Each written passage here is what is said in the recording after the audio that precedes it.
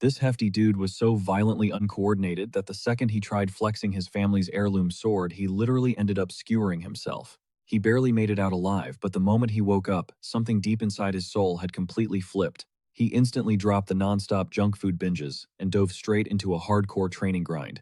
We're talking hours of brutal sprinting every single day, using every tiny breather just to hyper-focus on leveling up his mana core. Day and night, the guy just wouldn't quit. He kept aggressively swinging that wooden sword around like an absolute machine. He completely tuned out the exhaustion. Even rain or shine, he kept pushing fiercely through the agony, swinging until his hands were totally shredded and dripping blood. And that wooden practice blade literally snapped right in half. Fast forward just 1 month, and his form was absolutely flawless. Staring down at his brutally scarred hands, he felt a massive wave of raw satisfaction.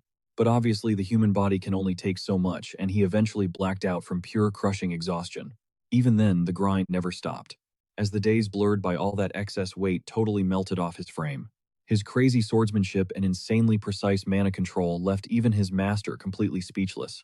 So what actually triggered this unbelievable glow-up for our heavy-set guy? The answer is equal parts simple and totally unhinged.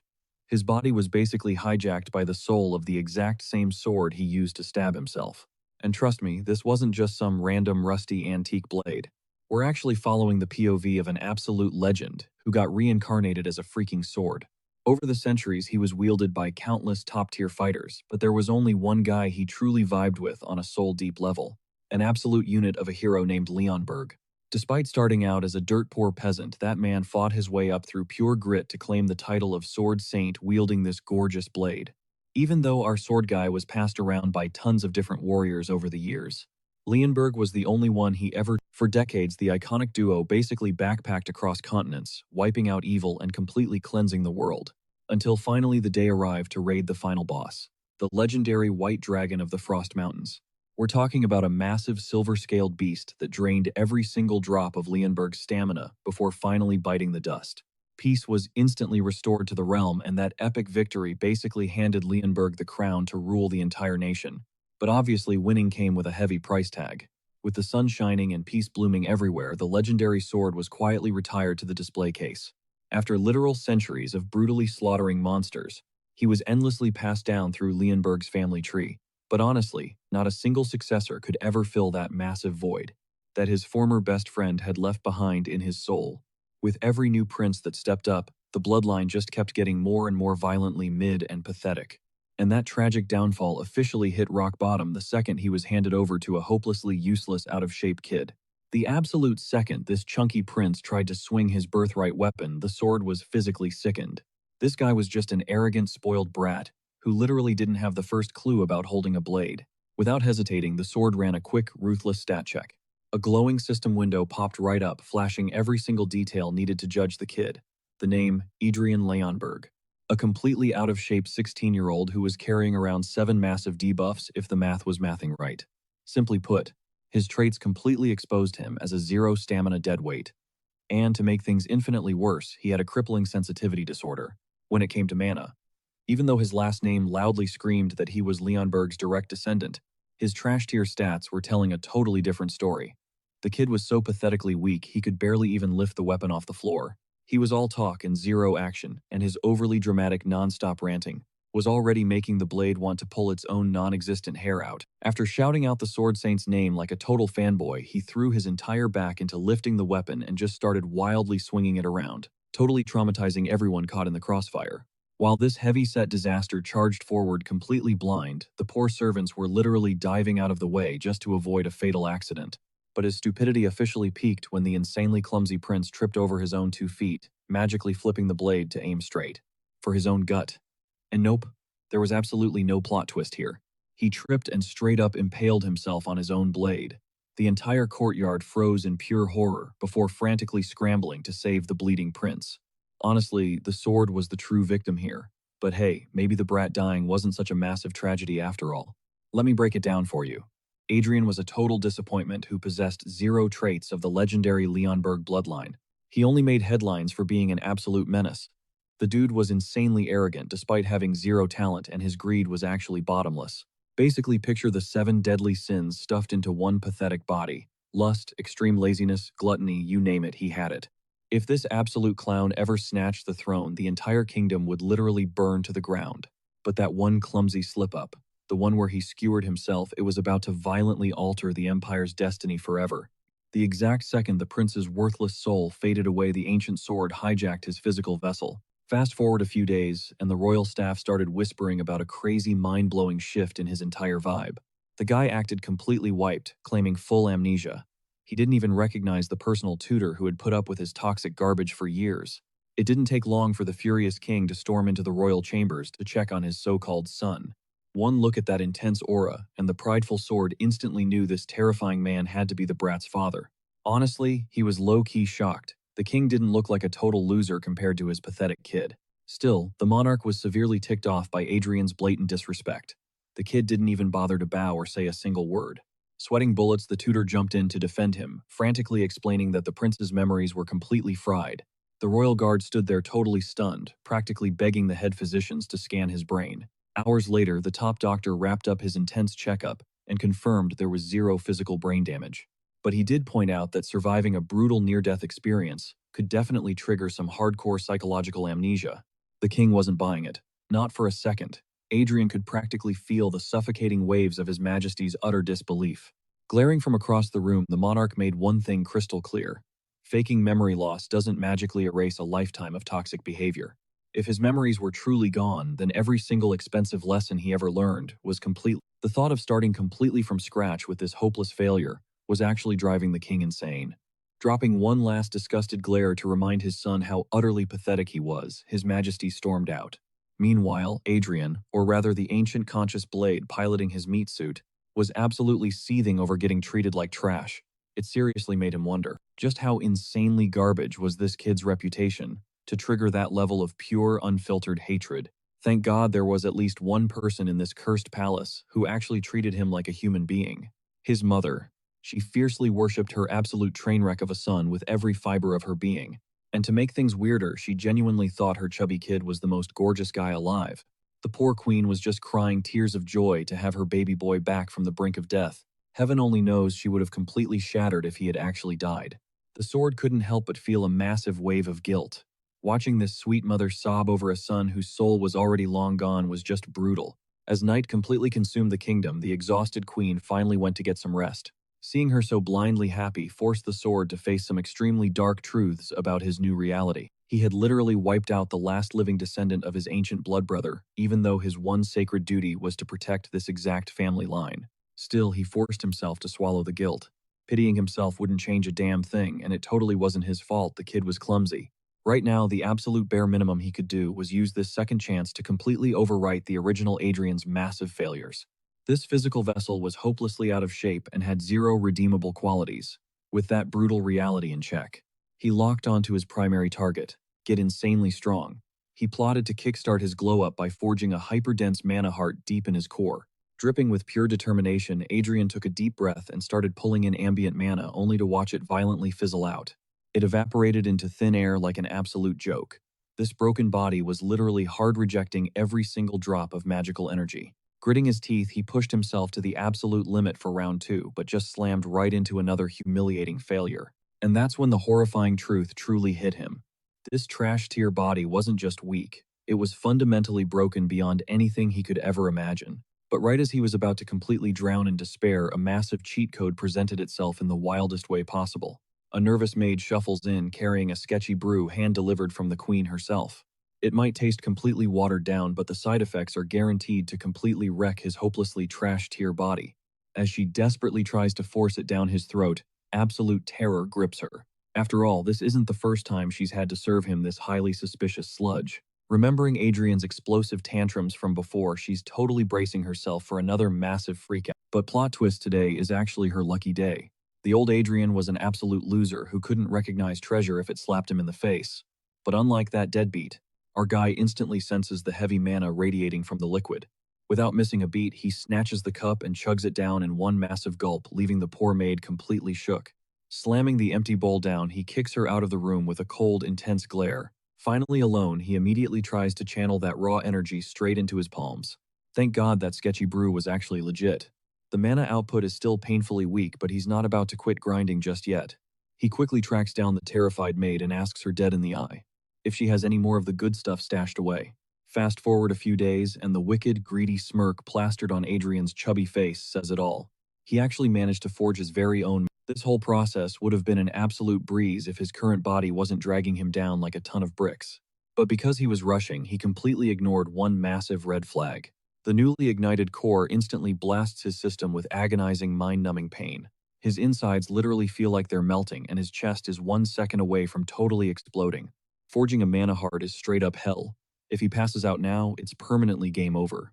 Biting back the agony, he violently forces himself to focus, sinking his breathing with the wild energy ripping through his chest. After a brutal, sweaty struggle, he barely survives the worst part of the awakening. The insane grind totally pays off. He's hyped not just because he survived, but because this power is 100% his own. Back in his past life, he only helped other people level up. But now, he's the main character, and he is absolutely buzzing. The second the core stabilizes, a sleek holographic notification. It's the exact same interface he used to spam his former masters with. Only this time he's on the receiving end. A glowing system screen flashes right in his face, followed by a crazy flood of alerts that leaves our chubby protagonist totally stunned. Long story short, his current trash stats are massively nerfing the core's true potential. Because of his low-level specs, he's locked out of the god-tier skills, leaving him with only the basic starter pack. Right now, he can only equip 2 abilities, Third Eye and Third Ear, and even those have crazy cooldowns. Just like it sounds, Third Eye massively boosts his visual perception, and Third Ear practically gives him super hearing, letting him pick up sound waves from a mile away. He can literally eavesdrop on the maids, loudly talking trash about him in the hallways. But before he can enjoy spying on the clueless staff, a brutal wave of fatigue hits him like a freight train. The massive mana drain instantly blurs his vision. Adrian absolutely despises these garbage debuffs holding him back. Back when he was a legendary sword, he had literal 360-degree god vision. Now he has to sweat bullets just to keep his basic radar active for a few miserable seconds. Still, he's not stressing over it. Once he levels up his mana pool, he's going to be absolutely unstoppable. His mana bar might be completely drained, but his appetite is raging. A hollow hunger starts gnawing at him. He was so obsessed with gaining power, he completely forgot the golden rule of his new human body he actually has to eat. Fast forward a bit and he crosses paths with his doting mom. She is absolutely glowing, radiating way more joy than the last time she was on screen. The reason why? Super simple. Her precious boy actually chugged every single drop of that health potion she sent over. While she is practically smothering him with mom love, the whole vibe suddenly shifts as a new face steps into the frame. When asked if he recognizes this towering dude, Adrian does not even hesitate. Straight up denies it without batting an eye. This intensely terrifying, absolutely massive dude is none other than his mom's brother. Yep, Adrian's very own uncle. She is really banking on her brother to help her son piece back his shattered memories. But the uncle, he has a completely different take. In his eyes, whatever memories Adrian was holding onto were pure garbage, right from day one. So digging them back up, just a massive waste of time. That wildly out-of-pocket remark makes our main guy realize one thing. This dude is harboring some serious, deep-seated beef toward him. For now, the uncle makes only one rock-solid guarantee. He is going to help the kid shred that extra weight and pack on some serious muscle.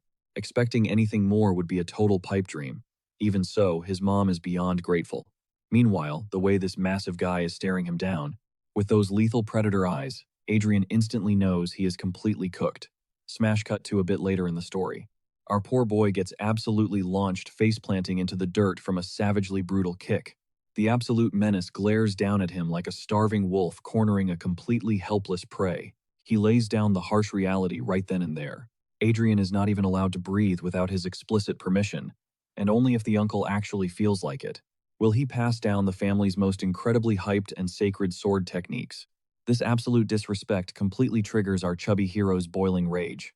As the literal mastermind behind the family's entire empire and success, getting treated like total trash is beyond humiliating, especially since he invented their signature style. Fuming, Adrian pushes himself off the dirt and vows that in exactly 6 months, he will force his uncle to put some respect on his name. If he flops, he will gladly become a literal puppet bending to his every whim. But if he wins, he gets to demand one ultimate favor from the guy.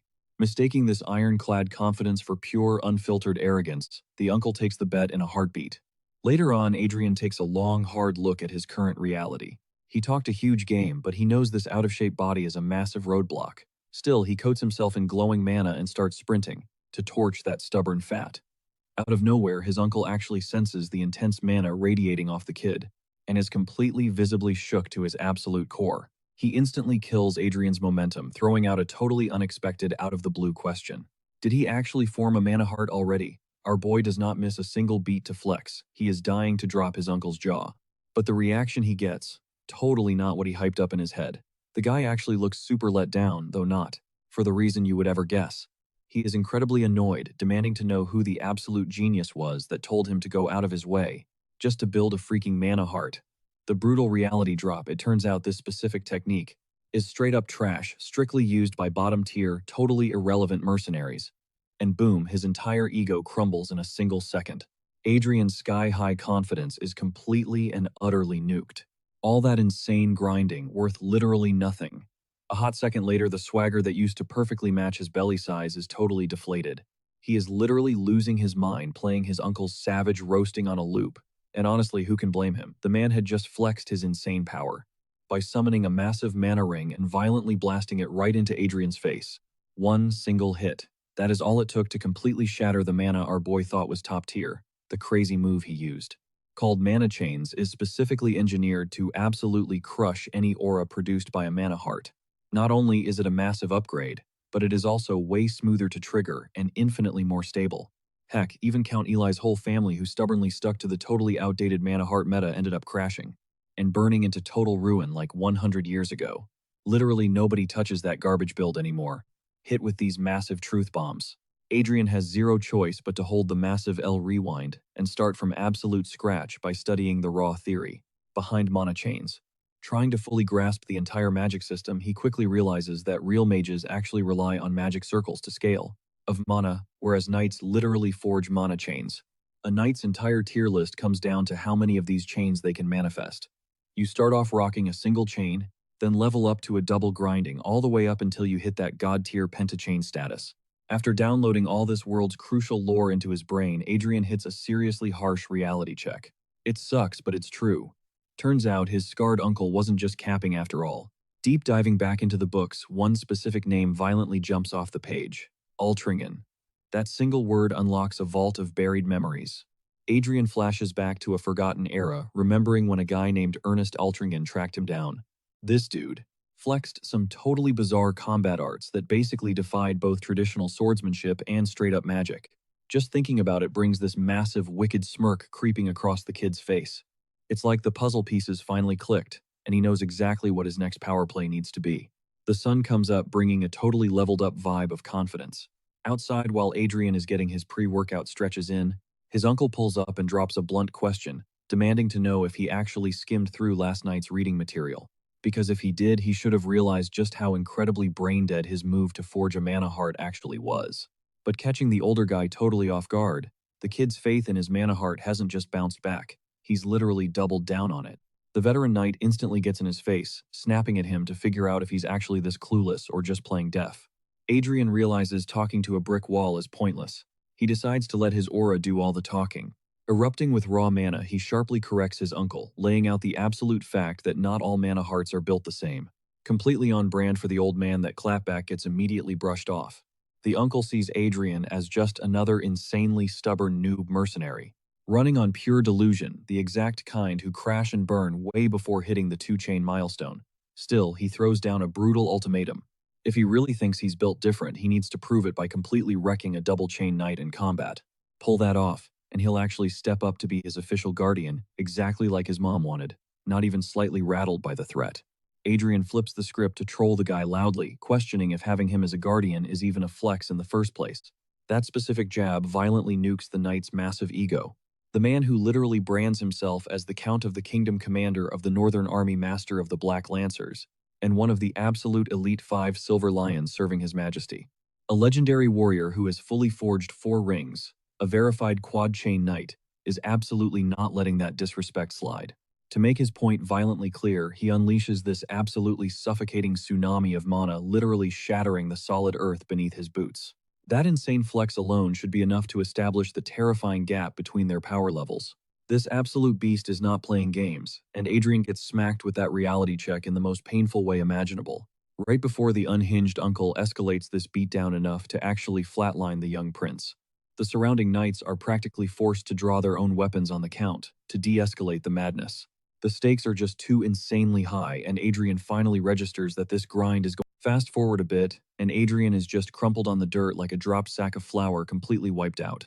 He's viciously cursing out the brutal cardio regimen he's forcing himself through, all desperately trying to burn off this toxic layer of body fat that his physical form seems obsessively attached to.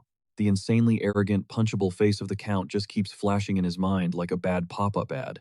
If he fails to absolutely dunk on a double-chain knight, that scarred-up psycho is going to ruthlessly troll and look down on him until the day he dies. Dragging himself back to his room, he finds the royal doctor waiting. But while the guy desperately tries to lighten the mood with all these fake polite formalities, our chunky protagonist harshly cuts him off, demanding he skip the fluff and get straight to the damn point. Turns out the queen specifically ordered this guy to use magic on the young prince to speedrun his physical recovery. But Adrian actively dodges that healing spell like it's straight-up poison, ruthlessly kicking the doctor out of his room without a second thought. He 0% cares about magical healing shortcuts. When you break it down, healing magic basically acts like a literal rollback of time. It totally wipes out those crucial micro-tears and muscle fatigue, basically sabotaging his body's ability to naturally bulk up and get swole. All that grinding, completely pointless. Later, while Adrian is just trying to inhale his meal in peace, his older brother crashes the dining room like he owns the place. Obviously, our sword-obsessed main character hasn't got a clue who this loudmouth even is, so a loyal knight has to lean in and whisper the lore drop right into his ear. Turns out this guy is the third prince, and honestly, one look and you instantly know he's that textbook toxic brother from literally every manhwa ever. He crashed the party for one single reason: to roast Adrian over his recent massive fail. You know, the one where Adrian literally skewered himself on his own blade and nearly flatlined. But come on, our boy isn't about to feed the trolls. He completely ignores the cheap bait and casually suggests his so-called big bro go touch grass. Boom, the troll just got trolled. But homeboy refuses to take the loss immediately, pivoting to some spicy gossip he overheard. Word on the street is Adrian placed a massive bet with Count Valorheart, a bet that involves throwing hands with a terrifying double-chain knight. Flashing a twisted, malicious grin, Big Bro volunteers as tribute. Meanwhile, our protagonist is just staring, absolutely clueless about who this clown thinks he is. Only one thought is living rent-free in Adrian's head right now. Why is every single person in this cursed bloodline so insanely obnoxious? The jerk flapping his gums is the third prince, Jillian, a dude absolutely infamous for being a beast with a blade. We're talking a literal prodigy who forged 2 mana rings at just 4 years old, which without a doubt makes him a walking death flag. Right as the tension spikes, a maid slides in, killing the beef, and dumps a massive mountain of letters straight onto Adrian's lap. He just blanks, completely bewildered by the sudden spam. Up until 5 minutes ago, he was a total nobody. So getting swarmed with fan mail out of nowhere, major red flag. Flipping through the wax seals, he catches the subject lines. Half of these psychos are demanding a deadly duel with the prince, while the rest are acting buddy-buddy, offering to be his sparring partners. Long story short, every punk in the kingdom cooked up a sneaky excuse to beat the absolute garbage out of the prince for free. The sheer audacity makes his blood boil. So to help them vent, he calls the maid back, ordering her to write every single one of those names straight onto his hit list. Smash cut to the training grounds. Our boy is sweating it out, when suddenly the brutal commander of the north launches a heavy wooden sword right at his skull. Valorheart has firmly made up his mind he is going to drill swordplay into this kid's brain, mainly because he refuses to take the heat later if the prince ends up getting slaughtered on his watch. Adrian groans, bending down to snatch the weapon. He's low-key fuming that this brute couldn't just hand it over with an ounce of basic respect. But boom, out of nowhere, a vicious, full-body muscle spasm violently rocks his frame. Valorheart spots the flinch, wondering out loud if the kid seriously hasn't hit up a healer yet. Adrian practically sneers at him. How is this guy a legendary knight and still totally clueless? Newsflash: if you rely on healing magic, your muscles reset to factory settings, instantly destroying all your hard-earned gains. Valorheart just shrugs off the sass, accepting the raw logic, and pivots on his heel. He casually tosses back that he didn't care about playing nurse anyway. Right now, he's about to drop a masterclass, and Adrian better glue his eyes to the blade. It's the kingdom's highly guarded secret sword style, the absolute core foundation that turns rookies into lethal knights. The wooden blade turns into a blur of raw violence, slicing fiercely through the air in every single direction. The flawless demo peaks with a mind-blowing, brutal spiral strike that completely snatches the breath out of Adrian's lungs. Completely stunned, the prince stammers out, asking if that insanity was seriously just a basic beginner move. Valorheart immediately gets defensive, taking it as a straight-up insult. He barks back that training swords are dull but mastering the absolute basics is mandatory. But then Adrian just bursts out laughing right in his master's hardened face. It finally clicks. He realizes just how terrifyingly swordsmanship has leveled up over the centuries. This exact technique, the legendary strike that once butchered a raging psychotic dragon, is now being handed out as a dirt-cheap low-level beginner drill. A heavy, soul-crushing despair washes over his face, while his master coldly warns him that spamming basic attacks won't be nearly enough to survive that deadly bet. Once he stops sucking at the fundamentals, he can go cry to some other instructor to teach him the real stuff. The prince flat-out refuses to learn any other sword style. In his mind, this single technique is all the firepower he needs. That stubbornness definitely rubs Valorheart the wrong way. But the veteran ultimately caves and gives the kid what he wants. Cut back to the training grounds. The boy endlessly drills his sword swings deeply, analyzing exactly why the Dragon Slayer arts get treated like absolute trash by everyone else. He gets it, fighting styles have to evolve, but Valorheart's textbook version, it completely lacks that raw dragon-slaying killer instinct. Sure, the form is flawless, but the soul is dead. By throwing away the mana heart, these modern knights completely forgot how to forge their own fiery spirit into the blade. No wonder they are completely blind to the actual devastating power of this technique. Bam Valorheart brutally clashes his blade against Adrian's, violently snapping him out of his thoughts to correct his sloppy stance. He barks at him to channel that raw power into the steel, not his arms. The master heavily jabs the prince in the gut, then violently sweeps at his legs, forcing the kid to instantly fix his footing and distribute his weight like a real fighter. Adrian silently grits his teeth. The old man is right. This pathetic, weak body just can't handle the sheer strain of the forms yet. But this legendary style is not some forgotten garbage. He's dead set on proving its insane worth to the entire world, letting his vicious strikes do the talking. Days blur together as the hellish, brutal training grinds on. Exactly one grueling month later, ding, the system aggressively flashes a congratulatory screen for crushing his quest. His severe obesity stat has finally downgraded to just normal obesity. Translation: his metabolism is finally kicking into overdrive, and his physique is about to undergo a massive glow-up. The pesky clumsiness debuff, completely wiped. From here on out, every single workout is going to spike his agility. His mana pool is massively expanding. That annoying mana sensitivity disorder has literally vanished into thin air. And Adrian's swagger naturally levels up with every single swing. He knows exactly how crazy his progress has been in just 4 weeks. His mindset is dialed in.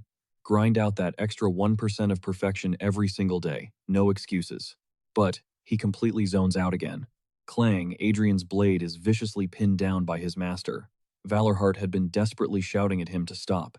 Heavy rain violently pours down as a dead silence falls between them.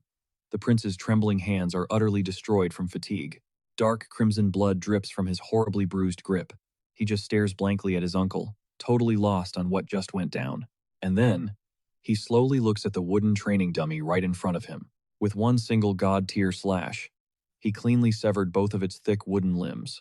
Our boy is absolutely shook. Speechless. Are you insane? Valorheart furiously roars, blasting him for being a total idiot. He angrily warns that he could have inflicted some lethal, reckless damage if he had been wielding actual live steel. Adrian's heavily shredded hands are completely coated in deep cuts and rough calluses. Boom. Right on cue, the system aggressively rewards his psychotic tunnel vision, gifting him the ultra-rare hyper-focus trait. A massive W for our guy, as his vision wildly spins, right before blacking out from pure mind-numbing exhaustion. The kid legitimately thinks he just flatlined. Valorheart solemnly stares down at his collapsed student, letting out a heavy, defeated sigh. This royal brat is just unbelievably insanely stubborn. Smash. Cut to the dark interior of the protagonist's bedroom. He aggressively jolts awake in a cold sweat, instantly realizing exactly what went down. He fully crashed and burned right in the middle of the yard. He had violently pushed this pathetic, fleshy vessel way past its breaking point. As the heavy brain fog clears, flashes of his past life hit him, back when he wasn't even human, back when his existence was simply a god-tier, flawlessly forged sword. Throughout the brutal ages, his cold steel was wielded by absolute legends. A nameless, blood-soaked war hero, a supreme swordmaster, a ruthless mercenary king, and ultimately the literal founder of the kingdom. He single-handedly carried entire wars to total victory. brutally exterminated endless hordes of monsters, and literally paved the bloody road for mere heroes to achieve greatness. Gruhorn was an absolute legend of a mentor, which is exactly why Adrian is so desperate to unsheath his blade once more. He's obsessed with clawing his way back to absolute perfection, pouring every single ounce of his sweat and grind into that one goal. But let's face reality, his current body, total glass cannon, way too fragile. If he doesn't actually take a breather, he's just going to shatter his own core. It's been exactly 1 month since he forged his mana heart, and in those 30 days he's stockpiled a terrifying amount of raw energy. Deep in meditation, the prince gears up for his next massive leap forward, a tier his system is finally letting him unlock. Thanks to his mana heart leveling up and expanding, his physical vessel can channel way more magical power without snapping. His entire anatomy has actually morphed to handle the core, granting him some insane physical buffs. The result, Adrian successfully kickstarts his mana heart into overdrive. Not wasting a single second, he grabs his sword and unleashes a perfectly clean razor-sharp slash. Just like that, he officially hits the rank of Sword Apprentice. Plus, he finally unlocks the absolute basics of aura manipulation. You can literally see it in the glowing ripples pulsing off his blade. The fundamentals completely mastered. During their next brutal sparring session, Valorheart brings up some wild rumors spreading like wildfire across the kingdom about their little bet. Because of all the gossip, the commander is forced to crank the prince's training up to absolute hellscape levels. Still, he can't even hide how annoyed he is that Adrian isn't exactly rushing to find a partner yet. The very first person who pops into his head, none other than the third heir of the empire. Pushing that aside, our boy knows full well he'd get absolutely wrecked in a straight-up fight against a two-chain warrior. So he starts scheming, what if he warms up by throwing hands with a one-chain fighter first? Cut to later, Adrian tracks down Carl's to get an update on his secret mission. The knight stands tall, confidently reporting that he followed orders to the letter, spamming duel requests absolutely everywhere. Even so, Carl's is sweating bullets, totally baffled as to why the prince wants to spar with a... The logic is actually brilliant. Every single one of those challengers holds a massive burning grudge against the infamous trash prince. In fact, they're totally using this chance to legally beat the living daylights out of him. Does Adrian care? Not even a little bit. He knows exactly what he's doing. His one non-negotiable rule: his uncle has to referee every single match. That way he guarantees nobody actually kicks the bucket in the arena, which is an offer Valorheart can't exactly refuse. A few days roll by, and it's finally time for the ultimate showdown, the very first sparring match. The first challenger pulls up, staring in absolute awe at the jaw-dropping palace owned by the so-called scum prince. Enter Taylor Tailheim, the second son of an ordinary baron's family. Years ago, back when the prince was still an absolute toxic slob, he publicly dragged Taylor's older brother and father through the mud, completely destroying the family's reputation in seconds. Ever since that day, the Tailheims have been treated like absolute jokes, stripped of all respect. That's exactly why Taylor is here to cash in some long overdue revenge on the snobby prince in the arena. Moments later, he's standing face to face with Adrian, offering a super stiff, insanely respectful bow. Taylor loudly flexes his status as a one-chain apprentice knight. But honestly, his intro drags on way too long for a casual spar, so our MC brutally roasts him, calling him straight up weak to his face. Which just proves to Taylor that this stuck-up prince hasn't changed one bit. Valorheart instantly picks up on the lethal, bloodthirsty aura radiating off the kid, barking at him to chill out, snapping him back to reality by reminding him the match hasn't even started. In a split second, Taylor goes from a raging murder machine to a total fanboy, the moment he realizes the legendary commander of the North is standing right there. Even Adrian has to admit his uncle gives off way more main character prince energy than he does. And of course, Valorheart totally uses that thought to smugly poke the bear, throwing his trashy past as an arrogant noble right in his face. The ref calls the match, and both fighters lock into their stances. The tension, absolutely cutting through the arena as they glare each other down. Taylor strikes first. He flares up his aura, flashing this arrogant smirk as he blitzes forward for the kill. Aiming to completely humiliate the prince, he unleashes a brutal aerial slash. But Adrian just watches it coming, easily reading every single sloppy, wasted movement. In the rookie's technique, he parries the strike like it's absolutely nothing, leaving the so-called elite knight completely shell-shocked by the raw flex of a pure mana heart. Freaking out, Taylor jumps back to create some breathing room, scrambling his brain trying to figure out how a basic mana heart just blocked a full-blown mana chain. His logic isn't wrong, except for one tiny little detail. Taylor's only wielding a single chain, meaning the power gap isn't actually that massive. And that crazy impact, it barely even tickled our prince. Suddenly, an insane, high-pitched ringing echoes through the arena, vibrating straight out of the blade. a sound so intense it actually catches the legendary Valorheart completely off guard. They call this rare mythical phenomenon the sword's weeping. Refusing to accept he's getting clapped by the prince, Taylor completely loses his cool and blindly rushes in again. He swings way harder this time, putting his whole body into the strike, but our protagonist easily tanks it without breaking a sweat. Sparks fly as it turns into an all-out blade lock, metal grinding against metal, before both fighters violently shove each other back. But right then, Adrian's stamina takes a massive hit. It's the ultimate proof that mana rings and the mana heart clash like oil and water. Just that brief clash alone pushes his internal energy to the absolute breaking point, sending his mana into a chaotic, messy backlash. Meanwhile, the look of pure, utter panic on Taylor's face, absolute cinema.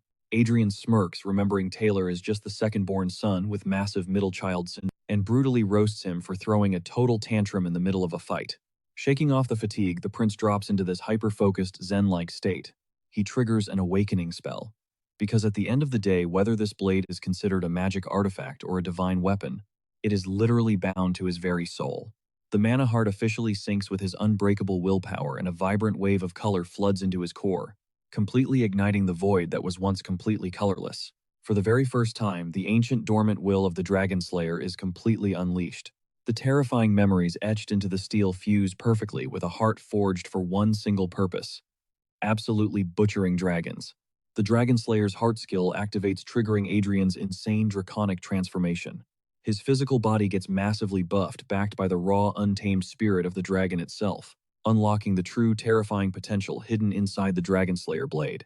Looking at him from afar, the once powerless royal now literally looks like the Grim Reaper, radiating this insane blood-red aura that violently swirls around his entire body. Taylor is completely frozen, practically shaking in his boots, paralyzed by absolute terror at the horrifying sight. Realizing things are about to get incredibly deadly, Valorheart immediately screams for the duel to end. But our ruthless prince is completely dialed in. He blasts forward like an absolute missile, locked onto his target and totally ready to rip his opponent to shreds. A quick flashback hits, revealing a secret, desperate order the prince gave his uncle to step in and stop him no matter what, if he ever went rogue and actually tried to murder his opponent.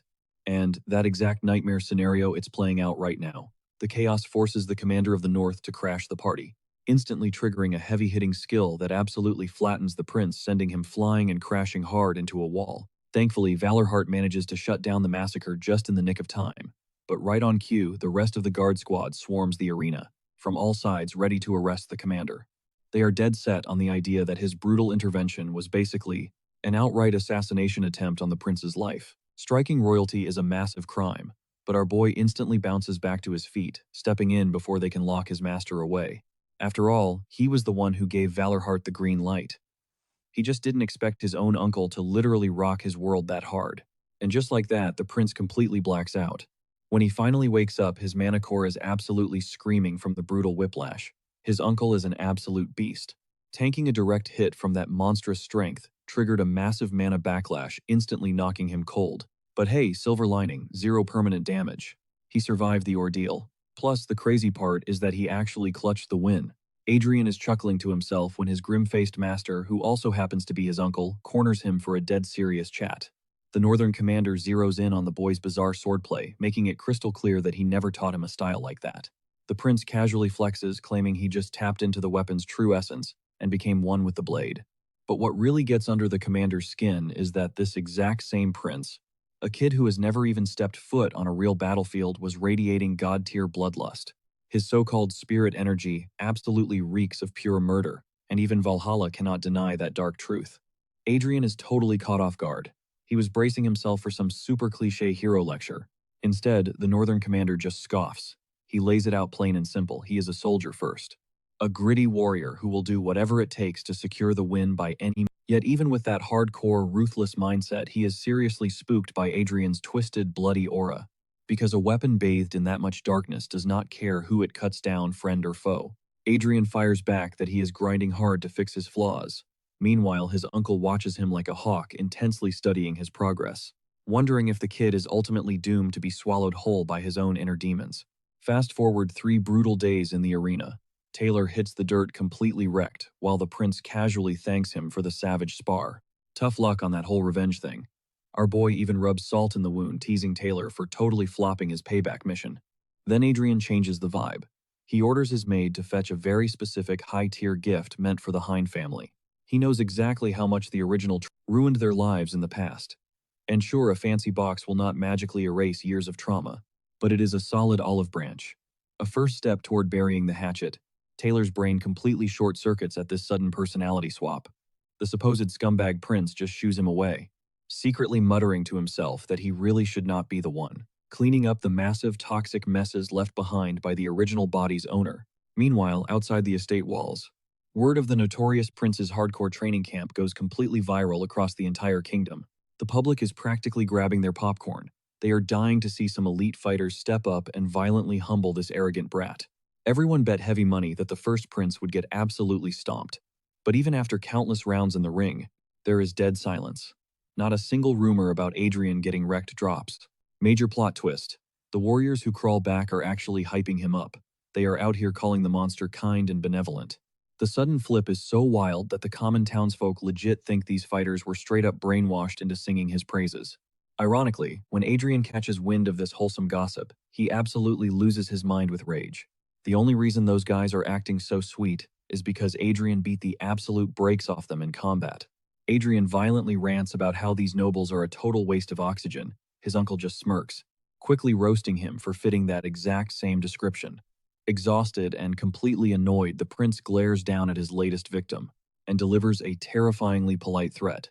He demands the guy goes out there and leaks the actual brutal score. Adrian figures that Flex will finally crush the weird rumors and shut everyone up for good.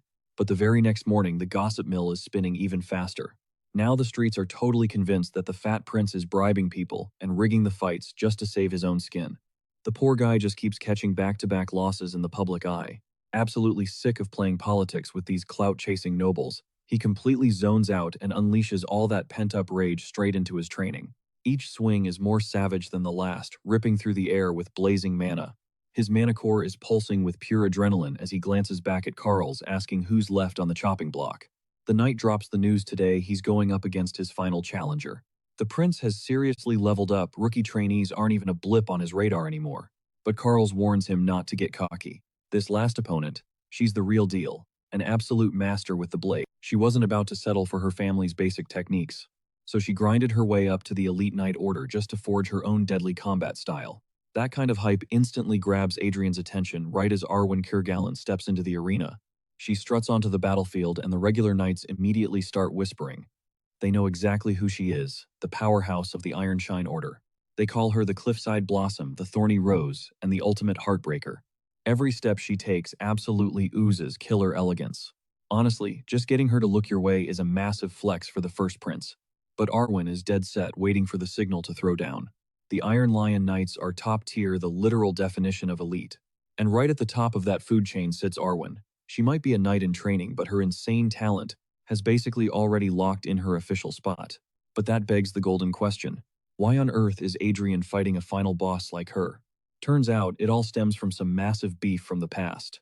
Our boy realizes the old trash-tier prince must have messed up big time, dragging him into yet another pointless mess.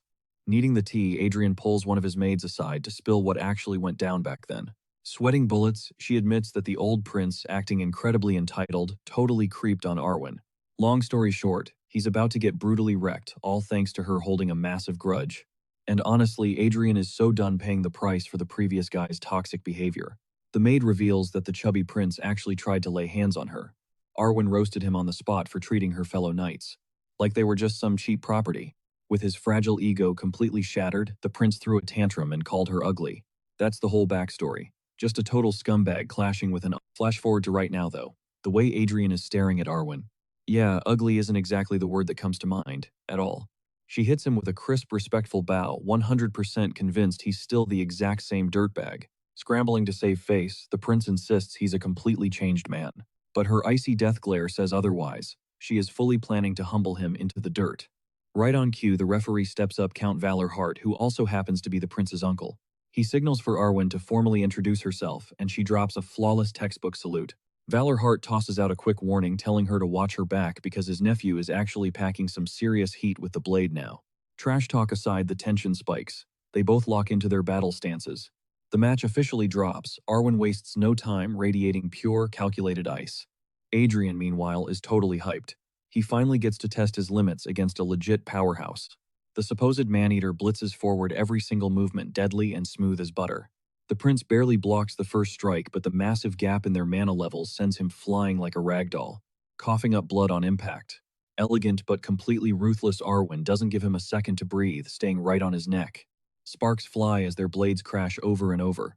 Adrian gets tossed around the arena like a total toy, completely forced to surrender the pacing of the fight to her. Just as Arwen zeroes in for the kill shot, Adrian has no choice left. He triggers his Dragon Slayer mode, unleashing a completely suffocating aura of bloodlust. The sheer pressure leaves her totally staggered for a split second. That tiny window is all the prince needs to parry her blade. Arwen dashes back to fix her stance. Chest heaving, she locks onto her opponent, desperately trying to download his combat style. Meanwhile, Adrian is barely staying on his feet.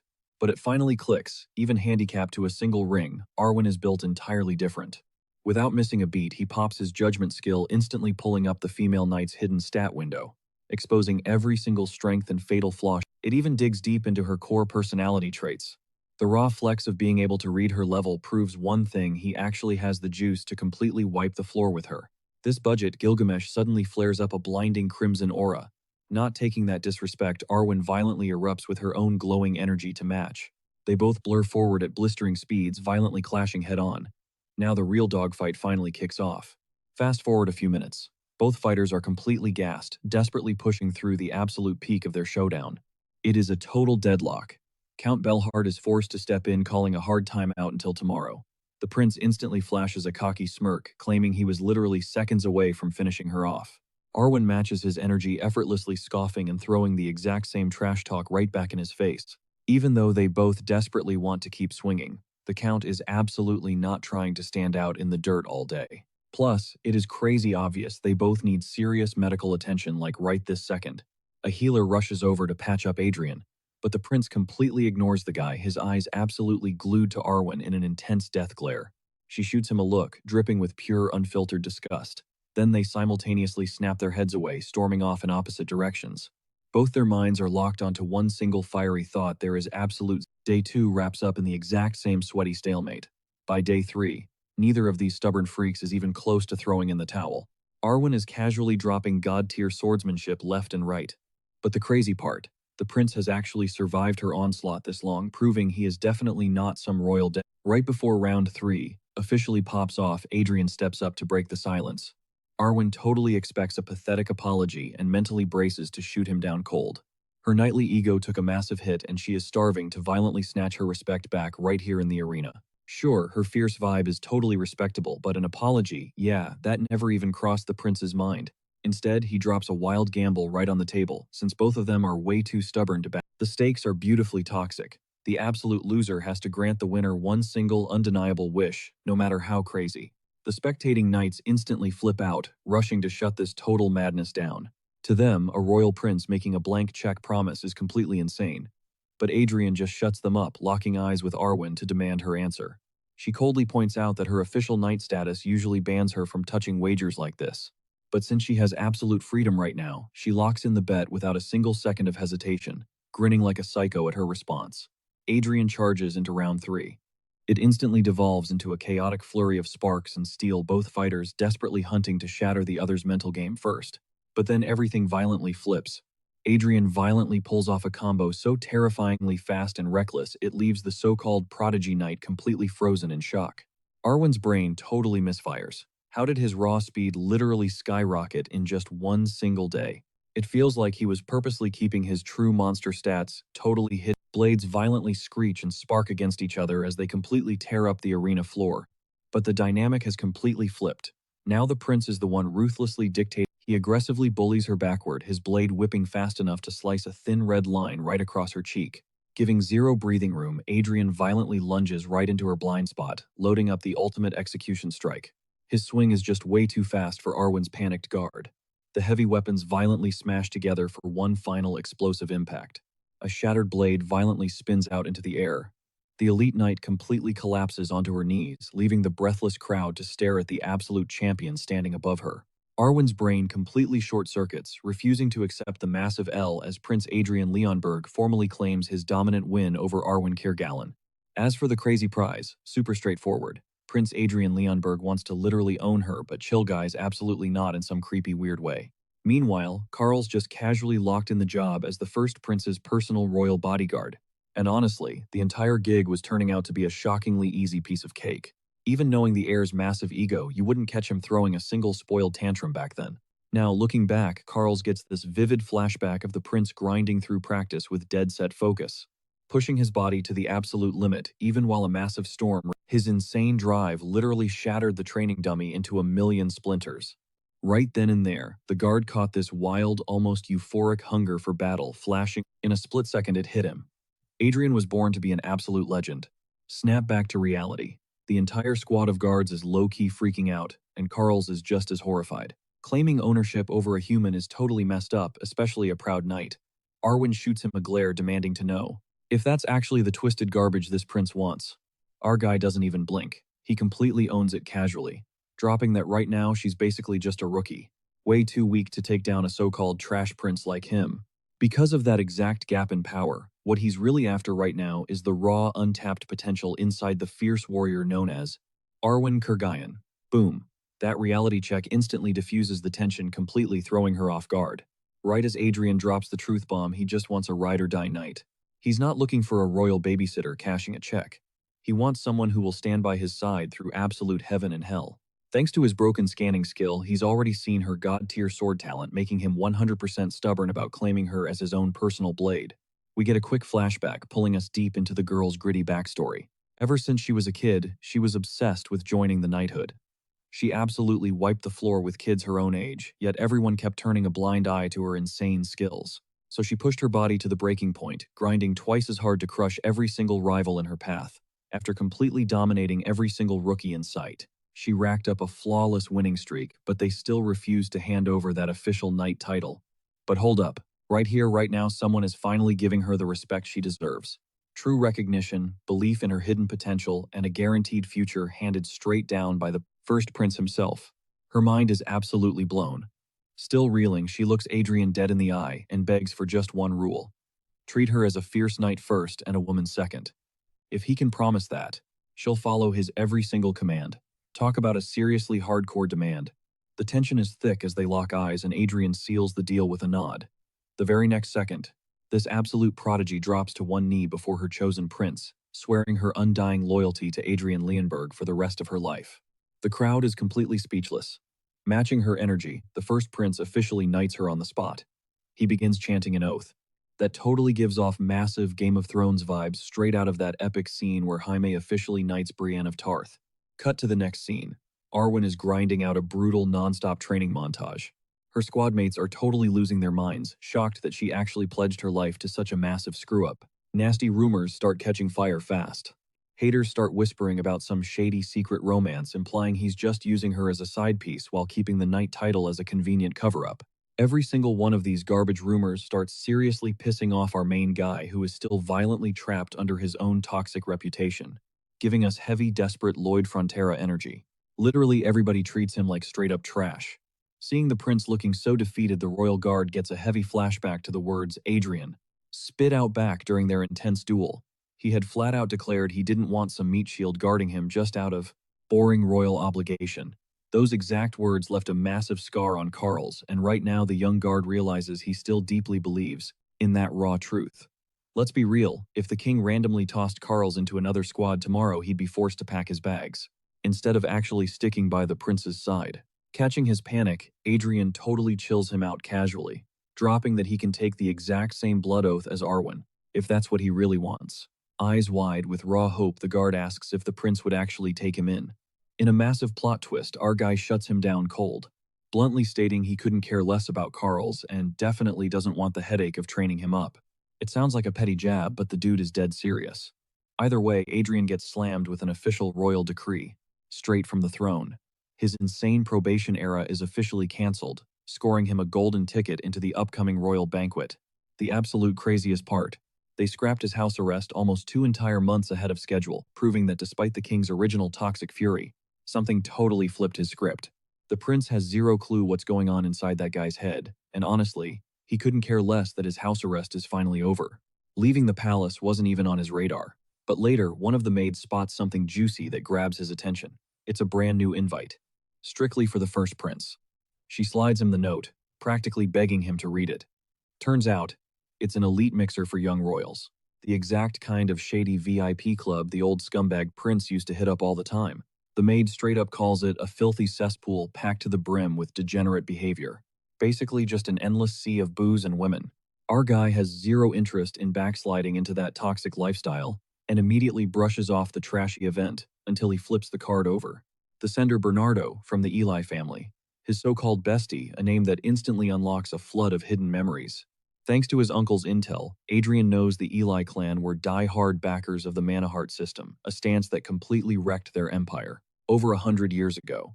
Now heavily invested in the tea surrounding his friend's bloodline, the prince decides to crash the party, secretly hoping they haven't completely hit rock bottom yet.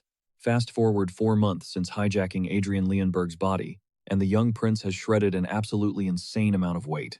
He orders a custom-tailored fit crafted exactly to his vibe. Crisp lines, zero tacky accessories. Just pure icy minimalism. But the craziest part, the fat is entirely gone. He went from looking like a literal bowling ball to stepping straight off a high-fashion runway. Even Adrian is low-key stunned, catching his own reflection, while the tailor is just standing there visibly drooling over his own masterpiece. The prince gives him the green light to design his second royal wardrobe, but tells him to hold his horses. His measurements are definitely still dropping. Cut to the next scene. The prince is rolling up to the mixer, hyper-aware of how agonizing it is to be constantly suffocated by bodyguards and his carriage crew. It's a total buzzkill. Mid-ride, his eyes lock onto a nasty scar slashing right across his maid's neck. The backstory is as twisted as it is pathetic. She made one tiny slip-up, and that garbage heavyweight version of himself punished her ruthlessly. Adrian feels pure, unfiltered disgust for the monster he used to be. Absolutely sick to his stomach that someone could mentally destroy their own staff like that. He stared at her a million times but never bothered to learn her name. He asks her straight up and finds out she's Adelia Byron. That last name instantly rings a bell, even though it's practically ghosted from the aristocratic archives. His brain immediately plunges into a deep lore dive. Flashback to an ancient era way before megacities were even a thing. Back when countless species thrived right alongside humanity. But humans were basically easy prey, getting constantly slaughtered and raided for being weak. Until the Great War finally popped off. By the end of that absolute bloodbath, mankind leveled up, grabbing their destiny by the throat and flexing on everyone else to become the most dominant apex predators on the continent. And carrying that massive win were the legendary 5 electors. One of those god-tier icons was swinging around the mythical sword Gruhorn, a total boss woman who tanked massive monster swarms, casually wondering what she and her trusty blade would even do once the fighting stopped. She didn't even wait for an answer. She just swan-dived into the carnage and one-shotted Ida the Giant King, slicing his head clean off. That brutal kill literally ended an entire era of oppression, permanently engraving her name into history as Agnes Byron, the iron-blooded sword marchioness. She was one of a kind, straight-up trash-talking these nightmarish beasts, while ripping them to shreds, chaining together insane curse combos and spitting fire, faster than Eminem on a rap god verse. Even her magical sword Gruhorn felt secondhand embarrassment from that foul-mouthed rampage. Bro, the sword was literally traumatized. But Adrian's jaw practically hits the floor when he realizes that the direct descendant of this absolute legend is sitting right across from him. What the hell kind of disaster made the Byron family fall this hard? Right on cue, Carls announces they've pulled up to the venue. Our boy steps out of the carriage ready to face the music. Pushing the chat with Adelia to later, he straight up ghosts the room, leaving the maid and his royal guard completely dumbfounded. Stepping outside, a silver-haired dude ambushes him with a massive grin, throwing out a whole "my dear old friend" routine. Enter Bernardo of the Eli clan, laying on the thickest, most dramatic gratitude for his glow-up. And Adrian catches onto a highly curious vibe. Realizing he's completely sparked Bernardo's intrigue, the prince just flashes a wicked smirk and smoothly declares that crashing this spot was an elite move. Tonight is about to be an absolute movie. Smash cut to a grimy underground lounge packed to the brim with wasted thugs side-eyeing and trashing each other under their breath. The chaotic energy is off the charts, yet Bernardo is just sitting there totally mind-blown by the prince's deadpan vibe. Usually this guy would be blackout wasted, shamelessly rizzing up anyone in sight. Instead, complete chilling silence. The dark aura dripping off him hits entirely differently. Even when some sloshed idiot stumbles over to run his mouth about the rumors of his insane victory against Arwen, Adrian doesn't even blink. Within seconds, the entire room is buzzing, hyping up that jaw-dropping win. A bunch of absolute creeps start loudly fantasizing about what Arwen looks like under all that heavy armor. Keeping his cool, Adrian casually turns to the loudmouth and asks if he's got any siblings. The fool openly brags about having a little brother, pulling a massive theatrical sigh of relief from the prince. Why? Because now he can totally obliterate this scumbag without wiping out the dude's entire bloodline. Suddenly, his fist rockets forward with such savage force that it literally launches the guy across the room. You could slice the tension with a machete. Pure panic and shock instantly sober up the whole crowd, hitting Bernardo like a truck too.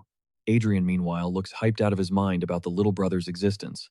It means he can mercilessly crush this guy's crown jewels without ending the family tree. While the creep squeals like an absolute coward, the prince stands there cold and utterly terrifying, loudly crowning the little bro as the brand new heir to the clan. The beatdown doesn't even pause, and Adrian's sheer unfiltered brutality leaves the entire crowd frozen in pure dread. The pathetic guy, now downgraded to a human punching bag, has zero clue what he did to trigger this nightmare. Adrian seizes the spotlight to drop some hard truths, making it crystal clear he won't tolerate being treated like a scumbag even if everyone insists on painting him as one. His words, dripping with a ridiculously dramatic, almost Shakespearean flair, totally short-circuit the brains of everyone watching. And just in case the memo got lost, he signs off the speech with another skull-rattling punch. Let's be real, his fists are doing way more talking than any fancy monologue ever could. After completely pulverizing the first loser with a wild Tyson-level combo, he snaps his attention to Bernardo. The dude instantly hits the floor, dropping to his knees, utterly desperate to avoid ending up like the crumpled mess next to him. And Adrian leans in his voice, dropping to a super creepy pitch, reminding him about that promise to keep things deeply entertaining today. Still totally lost on what the hell possessed the Prince, Bernardo takes the brutal order to summon the Royal Knights, and bolts for the door to make it happen, leaving the rest of the club completely muted, their eyes glued to the chaos. Adrian then commands the ladies chilling in the back to dip out immediately. This sends a massive wave of panic through one specific shady guy trying to sneak out the back, but the prince locks onto him instantly. He casually mentions the guy can absolutely scurry off with the women, as long as he willingly hands over his crown jewels, getting the exact same brutal treatment as the last fool. Just picturing that sheer agony instantly paralyzes the entire room. Honestly, very few threats hit with that level of raw, stomach-churning terror. Adrian then drops a brutal reminder they already crossed the line the second they refused to kneel. And on top of that, they actually had the nerve to openly mock both him and his personal knight. To lock in these charges and deal out some hardcore justice for dragging the royal name, he drags the royal guard into the mix. Carls doesn't miss a single beat, straight up branding the whole crew as traitors. And one single command is all it takes for the heavily armed guards to violently swarm the place. Adrian barks the order with ice-cold authority, making it dangerously clear that 0 people are dodging the consequences tonight. Hard cut to the next scene. Following the absolute chaos, the prince gets hauled directly before the king thanks to his new and fiercely ravenous. In a massive power move to stir up absolute chaos, 14 noble heirs get locked up under the wildest, most fabricated excuses imaginable. The king is absolutely seething. His own flesh and blood just hijacked the royal family's absolute authority to ruthlessly crack down on multiple high-ranking noble houses, which is guaranteed to trigger an explosive, violent backlash. But Adrian, he knows his old man like the back of his hand. He stares his father down, calling out that exact paranoia, before flat out declaring that every single one of those kids is just bottom-tier trash, completely beyond saving. He even drops a crazy suggestion mail out targeted letters specifically aimed straight at the brothers of those arrested scumbags. Completely sick and tired of his son's absolute disrespect, the king barks at him to get out of his sight. And the prince, he just casually strolls out, not sweating it at all. Cutting back to another intense moment, we catch up with him crossing paths with the maid, and no matter how hard he tries to talk her down, poor Adelia just completely shatters. She breaks down in heavy tears, frantically overthinking what she could have possibly messed up this time. She looks exactly like a kicked puppy, completely traumatized and broken down by the previous prince's toxic abuse. I mean, her family isn't even considered real nobility anymore. And even the direct descendants of the Leonberg bloodline can't seem to recall why the Bayern name ever mattered in the first place. It is honestly as if an entire massive chunk of the kingdom's history just got wiped off the map. The legendary unmatched sacrifices of Agnes Bayer, completely erased from public memory. Every single trace of that noble house has just faded into dust. But despite all that heavy baggage, our main guy immediately locks onto the insane sleeping potential hiding in Adelia's swordplay. Because she is not just some random maid, she is a total undercover S-rank powerhouse absolutely stacked with god-tier traits. She literally holds the butcher skill which triggers the second she sees blood. alongside War Maniac, an absolute dead giveaway that she is secretly obsessed with pure combat. But here is the wild twist. Those brutal skills are locked inside someone who also has fragile heart and caretaker, making her ridiculously soft-spoken and passive in her day-to-day life. The final result, an unmatched, wildly talented swordswoman, who the absolute second she snaps turns into a relentless force of nature that absolutely nobody can stop. Honestly, there's a moment where our guy actually toys with the idea of just unleashing that absolute bloodbath onto the world. I mean, let's be real. Sleeping on an S-rank talent is just a map, but here's where her wild servant's mindset trait kicks into overdrive. Basically, it completely wires someone to be desperately eager to serve, making them fiercely loyal to their master. Playing this massive advantage, Adrian demands an unbreakable oath of absolute loyalty from her. The whole thing throws her totally off guard. Like she's already his maid, but the prince drops the bomb he wants way more. He demands she become his personal knight, and he wants it right now. Naturally, the fragile, trembling girl aggressively shakes her head no at first. In her eyes, she's way too worthless to step into such a massive role. But Adrian already knows the dark truth behind her bloodline. He looks her dead in the eye and promises to carry that burden with her. The catch: she has to pledge her undying loyalty. If Adelia can't keep her own chaotic madness in check, he'll just step in and leash the monster for her. At first, she seriously doubts he'll actually keep his word about saving her family, but the second the prince locks it in, absolute relief washes over her, especially when he casually offers to drag them all the way to the capital just so she can visit them whenever she wants. That one move, it completely seals the deal. So echoing Arwen's footsteps, she recites the ancient vow, fiercely declaring she'll serve the first prince until her dying breath. Smirking with satisfaction, Adrian officially crowns her as his pawn, bound to follow his every command without a single peep. He even gives her hand a gentle, reassuring pat, a tiny gesture that absolutely lights up the poor girl's face. Yet, even with the deal set in stone, a creeping sense of dread gnaws at the prince's mind, unable to shake the brutal question, did I just make a massive mistake? Adrian silently spirals, agonizing over the vicious rumors flooding the palace ever since he woke up trapped in this body. The staff is constantly whispering about his every single move, obsessing over how eerily quiet yet total. They also love to morbidly bring up how the old spoiled trash prince used to drag in the elite nobles' kids, just to brutally beat them down and toss them into the dungeons for pure twisted entertainment. And obviously nobody is letting his latest absolute dumpster fire of a scandal slide, crowning a literal bottom-tier maid as his person, a girl who hasn't even held a sword in her entire life. He knows it. No matter how hard he tries, the toxic shadow of this body's original owner is always going to spark pure hatred. Even his tactical move to pick this specific maid got completely warped into a seriously gross rumor. People are literally swearing he's abusing his power to build his own personal harem. The absolute worst part, that sickening feeling that every random outsider thinks they get a front row seat to judge his life. He never in a million years thought promoting a maid would trigger this kind of massive PR nightmare. It honestly feels like the entire universe is just waiting for him to crash and burn. In his head, he can already picture his dad, the king, absolutely losing his mind, screaming about how once again he has to clean up his worthless son's messy disasters. He can practically hear his uncle trashing his name like always, while his younger brother smirks at him with that smug, holier-than-thou energy. He spirals deeper into the dark thoughts, totally suffocating between sheer frustration and creeping panic. But then, bam! A maid bursts through the doors, frantically announcing, "The queen has arrived." Pure panic instantly paralyzes him. His heart practically leaps out of his chest as he silently begs whatever gods are listening to just cut him a break. He is beyond drained from the non-stop yelling and side-eyes, but his mother, she just marches in and dumps gasoline straight on the fire. She viciously tears into him, spitting out how she genuinely thought he'd finally fixed his garbage behavior. But nope. Look who's backsliding into his pathetic, degenerate old habits. She violently declares that playtime is officially over and it's time he steps into high society.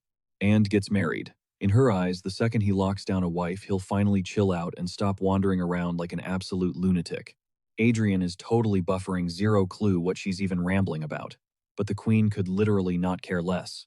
She cranks up the volume, going full toxic mom mode, and furiously demands he shut up and listen.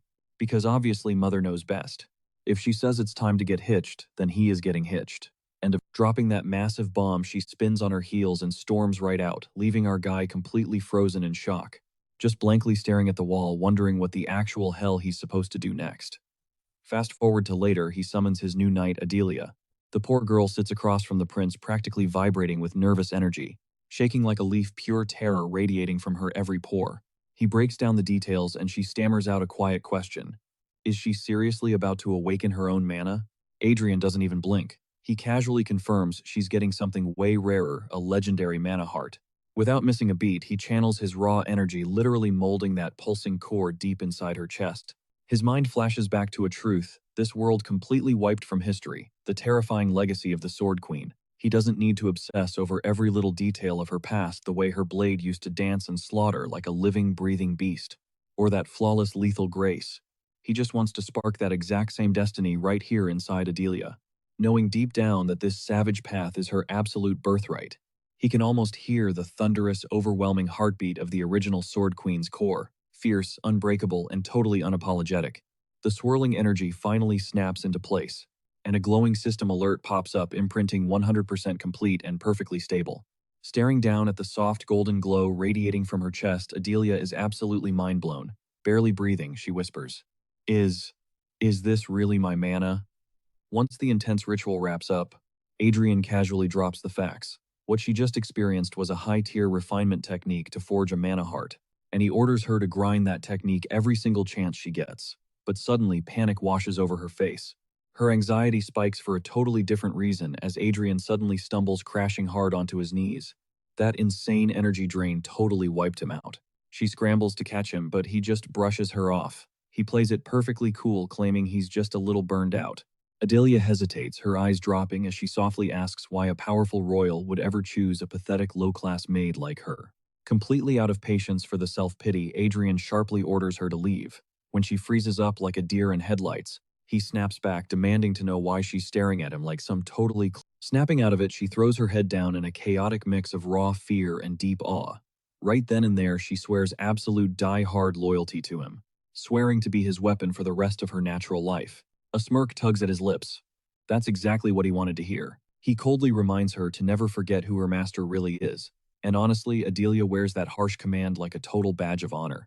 But as the prince's footsteps fade away, a dark thought creeps into her mind. In the exact obedient way he's actually expecting her to. Fast forward a few days.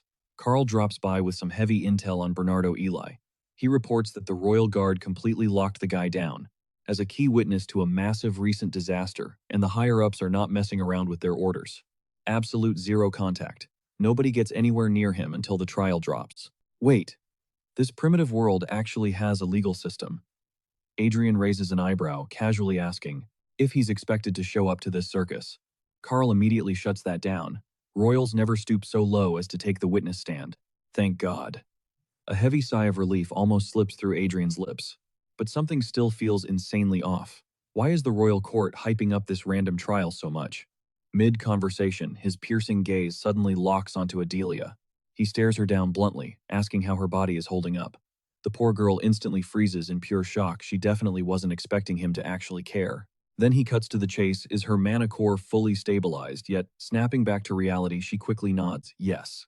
Without missing a beat, Adrian shoots up from his seat. From this second on, she's joining his brutal daily grind.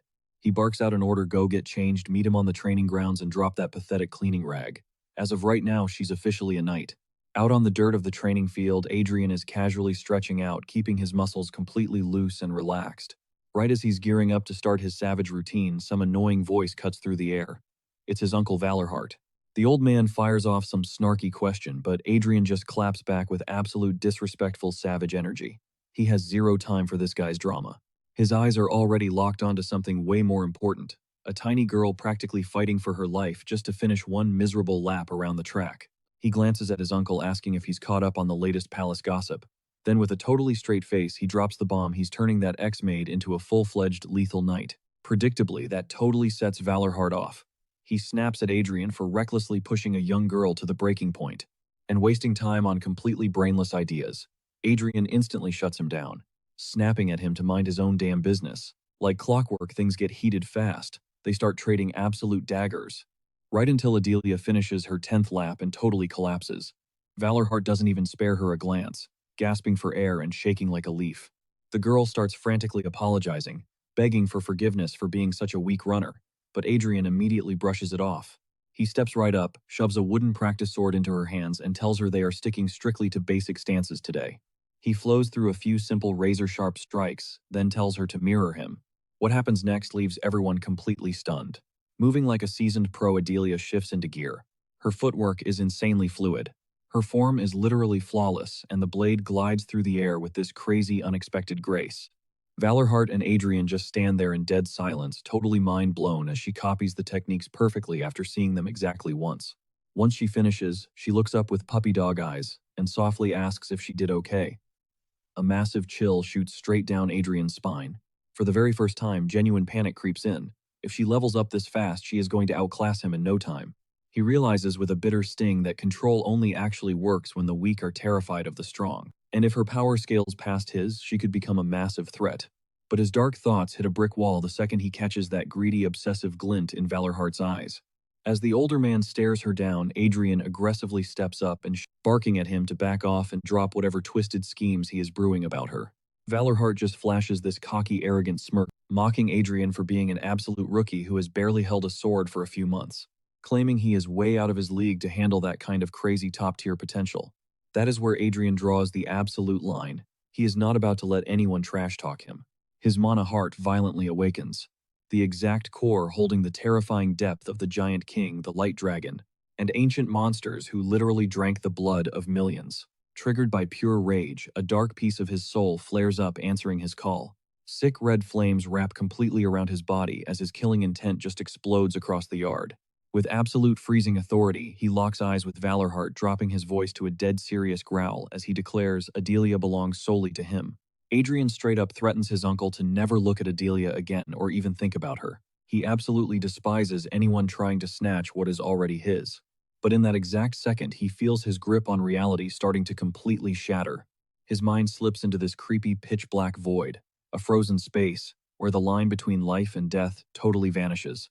The red flags go up immediately. If he keeps flexing this power, his physical body is going to permanently fuse with his blade. And the demonic sword Gruhorn is going to literally eat his soul alive. He absolutely cannot let that happen. Adrian fights back with everything he has got, pushing against the intoxicating pull. He goes to war with his inner demons, violently forcing that dark energy right back into its cage.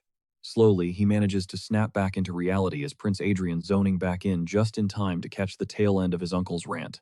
The guy is completely yapping on his high horse about how one basic knight can save 10,000 soldiers on the battlefield, and how a legendary one can protect literally hundreds more. Honestly, Adrian is barely even listening. In his eyes, his uncle isn't just family anymore. He is the ruthless commander of the borderlines, a warlord directing massive armies through seas of corpses and blood-soaked battlefields. Even so, that whole lecture literally bores him to tears. His total lack of care just pisses his uncle off all over again, triggering yet another aggressive screaming match. Right then, Adelia finally steps up to the plate and speaks for herself. Staring him dead in the eyes, she fiercely declares that her body and soul belong to Adrian, and she will absolutely never take orders from the uncle. Feeling a massive spark of pride at her hardcore loyalty, Adrian just smirks right back at the old man. Completely unfazed, he casually points out that his initial goal in training her was literally just to help her shed a few pounds. But seeing how crazily she's leveled up his playbook is practically empty. He tells the uncle to back off and stop sticking his nose where it doesn't belong. The older man storms off, his face tight with barely contained rage and absolute disgust. Still, that doesn't stop him from showing up at the palace every single day, low-key stalking Adelia's training from the sidelines. Since Adrian completely banned him from stepping in, all he can do is grit his teeth and watch. Honestly, watching this arrogant guy absolutely seethe in silence is incredibly entertaining for Adrian. Flash forward a bit. Adelia snaps back into her sword stance and Adrian is genuinely blown away. She's already mastered the sword's rebirth. He literally claps for her, seriously hyped about how far she's come. For the first time ever, a spark of real earned pride lights up Adelia's face. But of course, the good vibes don't last long. The uncle crashes the party again, demanding to know if Adrian actually taught her the mana heart. When Adrian casually drops a yes, the uncle just absolutely loses his mind. He starts screaming, blasting Adrian for feeding her useless parlor tricks instead of keeping that garbage to himself. Adrian spins right around and tells him to get the hell out. The uncle curses him out, swearing that there was a way better path for her, and that Adrian just completely trashed her god-tier potential. Unbothered, Adrian snaps his fingers and orders his guards to drag the guy out. Refusing to let some low-level grunt lay a finger on him, the uncle storms off on his own, completely blinded by fury. Once the drama finally settles, Adelia creeps up and softly asks if the skills she's grinding so hard for are actually just worthless parlor tricks. Adrian shoots that down instantly. He tells her the uncle is totally clueless and has no idea what he's talking about. The harsh truth. People in this modern era have entirely forgotten what a true mana heart even looks like. Otherwise, they wouldn't have tossed it aside like absolute garbage. With total confidence, Adrian promises she's about to unlock the raw, unfiltered power of mana. Sometime later, the uncle marches right back onto the training grounds and slams a wooden sword into the dirt right in front of Adrian, challenging him to prove he's actually worth something. He arrogantly claims he'll only use a single ring, and if Adrian can force him to step back, even just half a pace, he'll finally respect his skills and authority. Adrian casually grabs the sword, smirks, and asks what's on the line.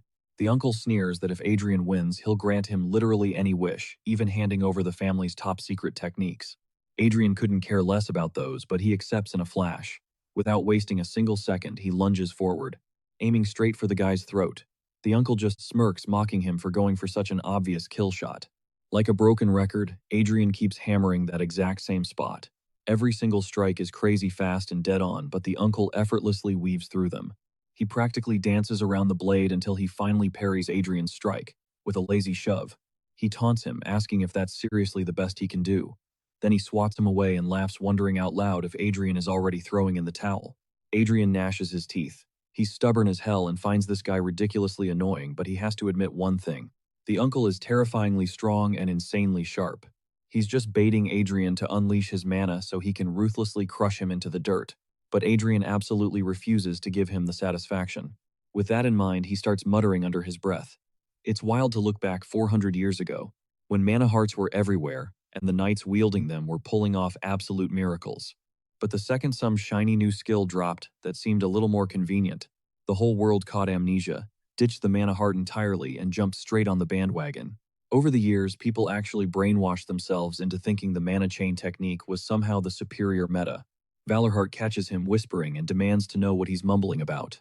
Adrian fires back completely unbothered, telling him he's dead wrong and that the entire comparison is just straight up garbage.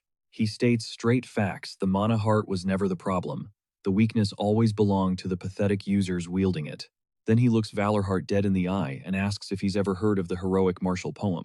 Valorheart barks at him to shut his mouth, roaring that the training grounds are meant for clashing steel and trading heavy blows, not for some stupid songs or bedtime poetry. But Adrian just smirks. He calls his uncle an absolute fool for treating the mana heart like some trash tier skill.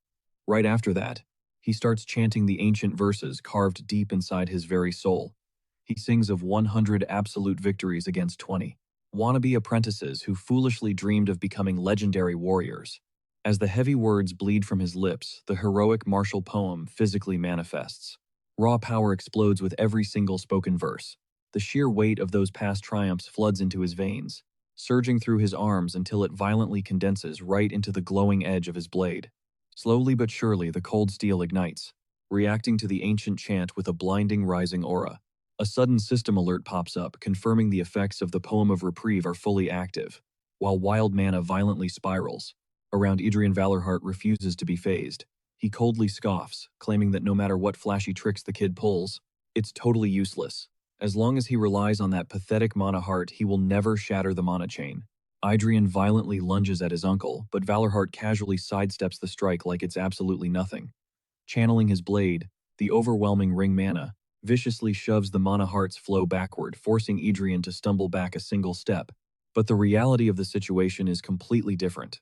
To actually master this chant, Adrian has painfully grinded over 100 times, tanking the crushing ring mana on more than 1,000 grueling occasions. Through the hell of those 100 brutal clashes, he withstood 1,000 crushing waves of opposing energy. Without hesitation, he unleashes a devastating slash, fully unlocking the terrifying power of the Sword Saint. He can literally feel the weight of his blade finally becoming truly worthy. But as he follows up with another fierce strike, Valorheart slips right past it once again. Still, Adrian refuses to let up. He relentlessly pressures him with a barrage of rapid-fire attacks until, for the very first time, Valorheart actually starts showing genuine signs of panic. Without missing a beat, Valorheart channels every ounce of his aura to violently push the kid away. He screams at Adrian, calling him a cocky brat for daring to claim that not all mana hearts are built the same. He violently slams his greatsword into the dirt, triggering a massive shockwave that blasts Adrian straight into the hard stone wall.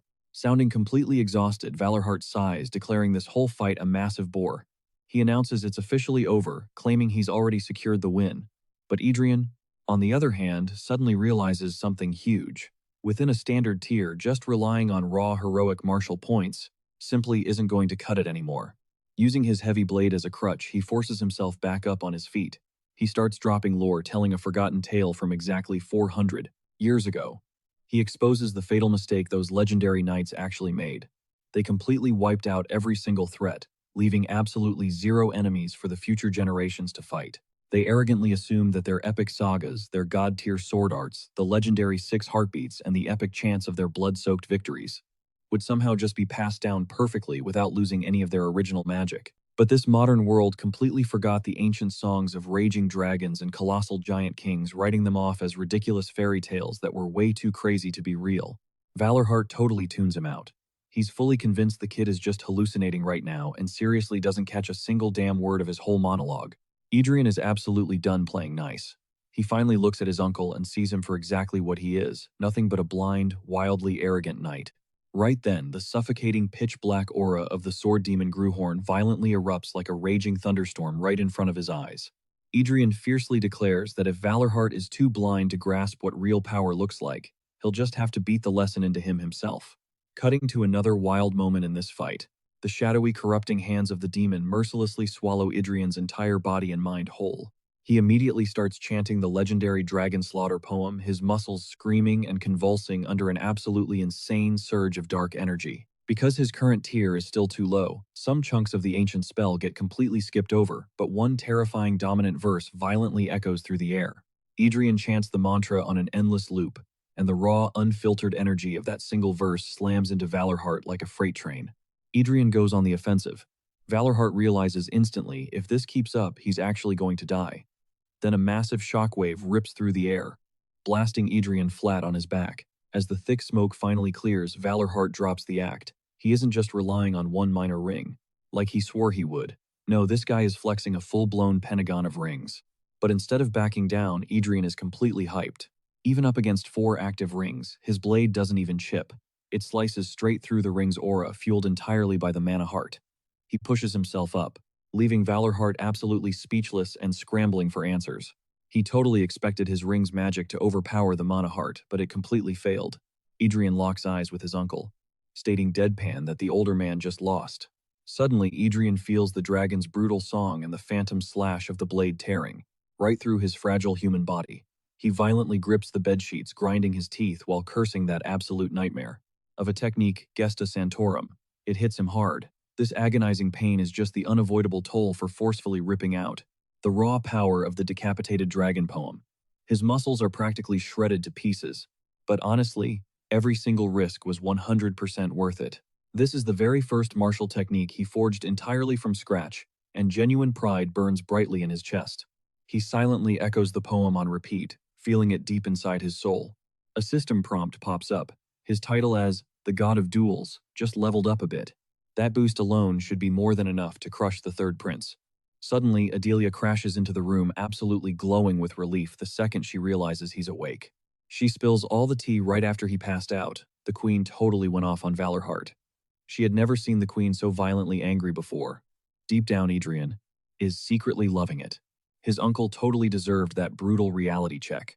Adelia then mentions that Valorheart demanded to be called the exact second he woke up. Yeah, that sounds like pure torture to him, so he immediately flops back onto his mattress and mutters that he only opened his eyes to catch up on the gossip. Now he desperately needs to crash. He knows the stakes. If he doesn't fully heal his shattered spirit, after pushing Gesta Santorum way past its limit, the backlash is going to be horrifying. Memories from alternate timelines and his past life will bleed together into a toxic, chaotic mess until the very concept of reality completely crumbles in his brain. He'd lose his mind, becoming a useless shell trapped forever inside the sword's dark memories. Just picturing that void makes his blood run cold. It is literally the absolute worst fate he could ever imagine. Later, he brings up Adelia's ancestor, the legendary swordswoman Agnes Bayer. He explains how Adelia is basically destined to inherit the insane powers of Gesta Santorum. Adelia zones out for a second, totally starstruck by her ancestor's massive legacy. Anyway, the road trip to the Iron Lion Castle was an absolute train wreck, no exaggeration. He basically had to learn horseback riding on the fly, fighting through endless waves of nausea, wild horses, and completely pointless detours that they easily could have skipped. They originally planned for a quick half-day ride, but they didn't roll into their destination until an entire 24 hours later. Even with that hot mess, the sheer prestige of House Wyloden's Iron Lions was impossible to ignore. Just looking at the massive, heavily armed welcome squad, waiting to greet the royal heir of Leonberg, proved it. Right off the bat, these so-called lions gave off a significantly more aggressive vibe than he anticipated. The reason was glaringly obvious. These arrogant guys were definitely not thrilled that their literal goddess got snatched away by some trash-tier prince, loving the heavy toxic tension in the air. Adrian struts straight toward Arwen with zero hesitation. Stepping right up to her, the noble knight drops to one knee, delivering the most hardcore, deeply respectful salute to his master. Instantly, the Iron Lions look like they're about to jump the first prince. Their murderous intent spikes immediately, but Adelia Bayer's killer instinct matches them beat for beat. If she snaps and completely loses her cool over this disrespect, things are going to get bloody. Fast. Adrian quickly steps in, pulling her back from her boiling homicidal rage. Thankfully, he spent enough time making sure she actually listens to his commands. Pivoting smoothly back to Arwen, he invites the Thorny Rose to take this little chat somewhere a bit more private. They still have way too much to catch up on, and honestly, it's probably best if her angry little fan club makes themselves scarce. Cut straight to the training grounds. This was the prince's very first stop the second he touched down. He genuinely wanted to see the so-called legendary Iron Lions in action, supposedly the absolute best in the kingdom. Adrian threw down a completely open challenge to anyone brave enough, but knowing his title as the first prince might completely spook them. He swore on the Leonberg name that absolutely no one would be held accountable for whatever bloodbath happened in the arena that day. Playing nice didn't work, so he switched right to trash talk. If no one had the guts to cross blades with him, maybe. Their god-tier reputation was just a massive fraud. Triggered by the absolute disrespect, Darkus from the House of Nan finally stepped up. He admitted he wasn't worthy to represent the Iron Lion's blade, but he was dead set on throwing hands anyway. A wicked smirk spread across the prince's face. Someone actually took the bait. Darkus lunged first, swinging his wooden sword with everything he had. Adrian met that opening strike with crushing thunderous force that absolutely shattered Darkus from the inside out. His red hair dragged right across the muddy dirt of the training pit. One down, plenty to go. Without even breaking a sweat, the prince casually told the knights to line up and test their luck. Next up was Paul Roteam, a third-year student packing way more heat than the rookie Darkus, but the outcome, exactly the same. The baby-faced knight got absolutely folded before he could even blink. Then came Holly, a fifth-year apprentice, who thought he actually figured out a blind spot. Spoiler alert, he didn't. Judith was next on the chopping block, and the prince made it crystal clear that he was passing out beatdowns equally. One by one, the prideful Iron Lions dropped like flies. This absolute massacre dragged out for half a day, and Adrian didn't even catch a single scratch. After mopping the floor with the trainees, the prince decided it was time to poke the bear and mess with the official knights. Throwing gasoline on the fire, he loudly announced that Arwen would be packing her bags and coming home with him. The Thorny Rose accepted her lord's flex without skipping a beat, and that was all it took.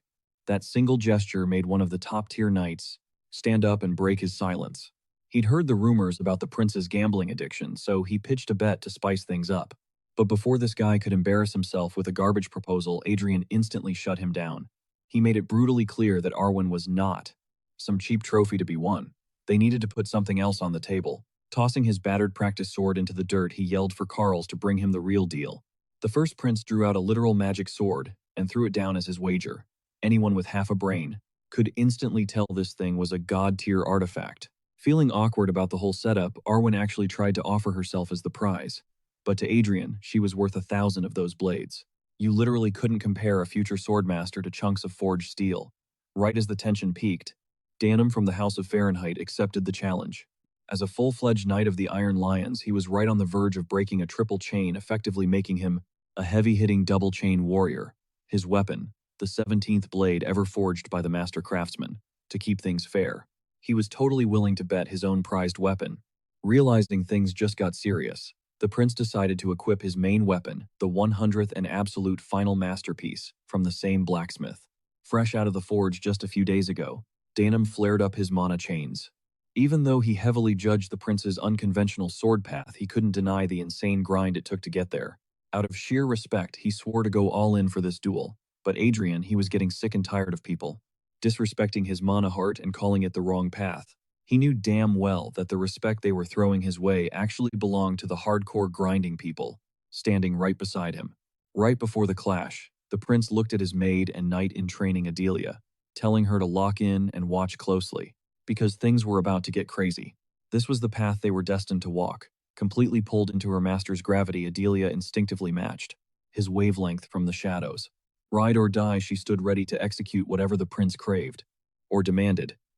Meanwhile, Valorheart looked absolutely wrecked. He just couldn't shake off the inner demons his toxic nephew had dragged out of him that day. He showed up purely to beg for forgiveness. He'd shattered his own core vow in the fallout, had left the prince brutally wounded. Zero excuses. Even though he knew Adrian's injuries were actually triggered from pushing totally past his limits. The sheer guilt of harming a royal bloodline was eating him alive. To balance the scales, Valorheart threw a blank check on the table. If he had to rip out his own eyes or slice off his arms to clear the debt, he'd do it in a heartbeat. Honestly, Adrian just felt bad for the guy.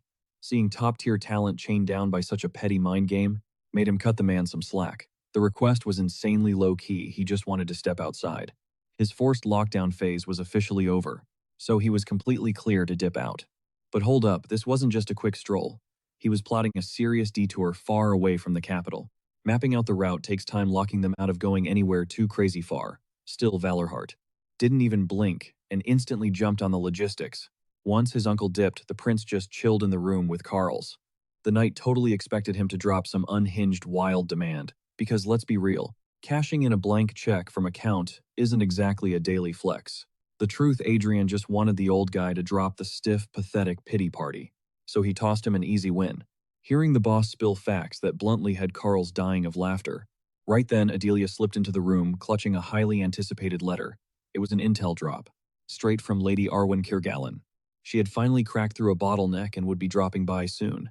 The message was short, sweet, and delivered a massive mood boost right when they needed it. 5 days later, Uncle Valorheart gave the green light. Everything was set. 2 days after that, it was finally time to roll out. Their first target was the Helen territory, and the prince was practically vibrating with hype. Helen County was the absolute powerhouse backing the royal palace's weapon supply, boasting an iron mine that pumped out top-tier raw materials combined with a heavyweight blacksmith guild to forge it all. Over 50% of the royal family's gear spawned right there. Since Adrian's level had skyrocketed lately, he was itching to grab a fresh custom blade for himself. Originally, he planned to just loot one from the royal armory, but a strict hard ban from the king himself totally shut that down. Honestly, considering how his lazy past self used to act, he couldn't even blame his dad. At least out here, beyond the palace walls, he could score some legit gear. Shockingly, his uncle was treating this whole road trip like a high-stakes mission. And just like that, an epic 20-day journey kicked off. Just a quick 3-day trek from the capital sat their first pit stop, Helen. From there, they still had a solid 2-day grind ahead of them to reach the Iron Lion's castle. But for now, Adrian was hopelessly trapped inside a violently rattling carriage, suffering through absolute mind-numbing boredom. Adelia was sitting right across from him, but let's be real, she wasn't exactly bringing the entertainment value up. Maybe he should just use this dead time to scan his mana core. Right now his tank was running on pure fumes. The harsh blowback from pushing the Dragon Slayer's poem way past the red line. It should be safe to start juicing it back up now, even if it's a slow grind. The endless rattling of the wheels vibrated right through his boots as the sharp, freezing wind hissed through the cracks. The knight's chatter drifts through the heavy air. He snatches microscopic specks of mana from every single sensation. Piece by piece, he breathes life back into his shattered, drained mana core, filling it to the brim. But get this, his newly forged mana core is absolutely massive compared to the old one. It's just a tiny glimpse of that higher will, a permanent scar left behind from pushing himself beyond his limits to unleash that poem. His entire physical build just leveled up completely. That core expanded, and now it can stockpile way more fuel for the fire. Through some seriously unconventional grinds, he's officially cracked the expert tier in swordsmanship, locking in his connection with the source and unlocking a whole new set of authorities. On top of that, his third eye and third ear just got a massive buff. All in all, one single meditation session literally skyrocketed him into another dimension. He can feel the insane power spike in every twitch of his muscles. He took another massive leap forward. Fast forward through 3 agonizingly long days on the road, the caravan finally rolls into Helen. The first prince gets the total VIP treatment, personally escorted by Edgar and Torrin Sellen, the city lord's own sons. Seeing how wrecked everyone is from the journey, Edgar offers to show them straight to their rooms so they can crash. But as they stroll through the massive estate, Helen and Adrian instantly clock exactly why this county is hyped up as the absolute core of weapon manufacturing. The hallways are literally crammed with every kind of weapon imaginable. But take a closer look and the truth spills out. A ton of these blades on display are just shiny wall decor, flashy metal garbage that would snap in half during a real fight. With a first impression this bad, he seriously doubts he's going to find the masterpiece he's hunting for. So he demands to hit up the local blacksmith's guild. Edgar happily agrees. On the way, the local lord drops a heavy warning on the prince. These blacksmiths are rough, stubborn headcases, zero exceptions. Once they get into the zone, they wouldn't even notice their own lord walking in.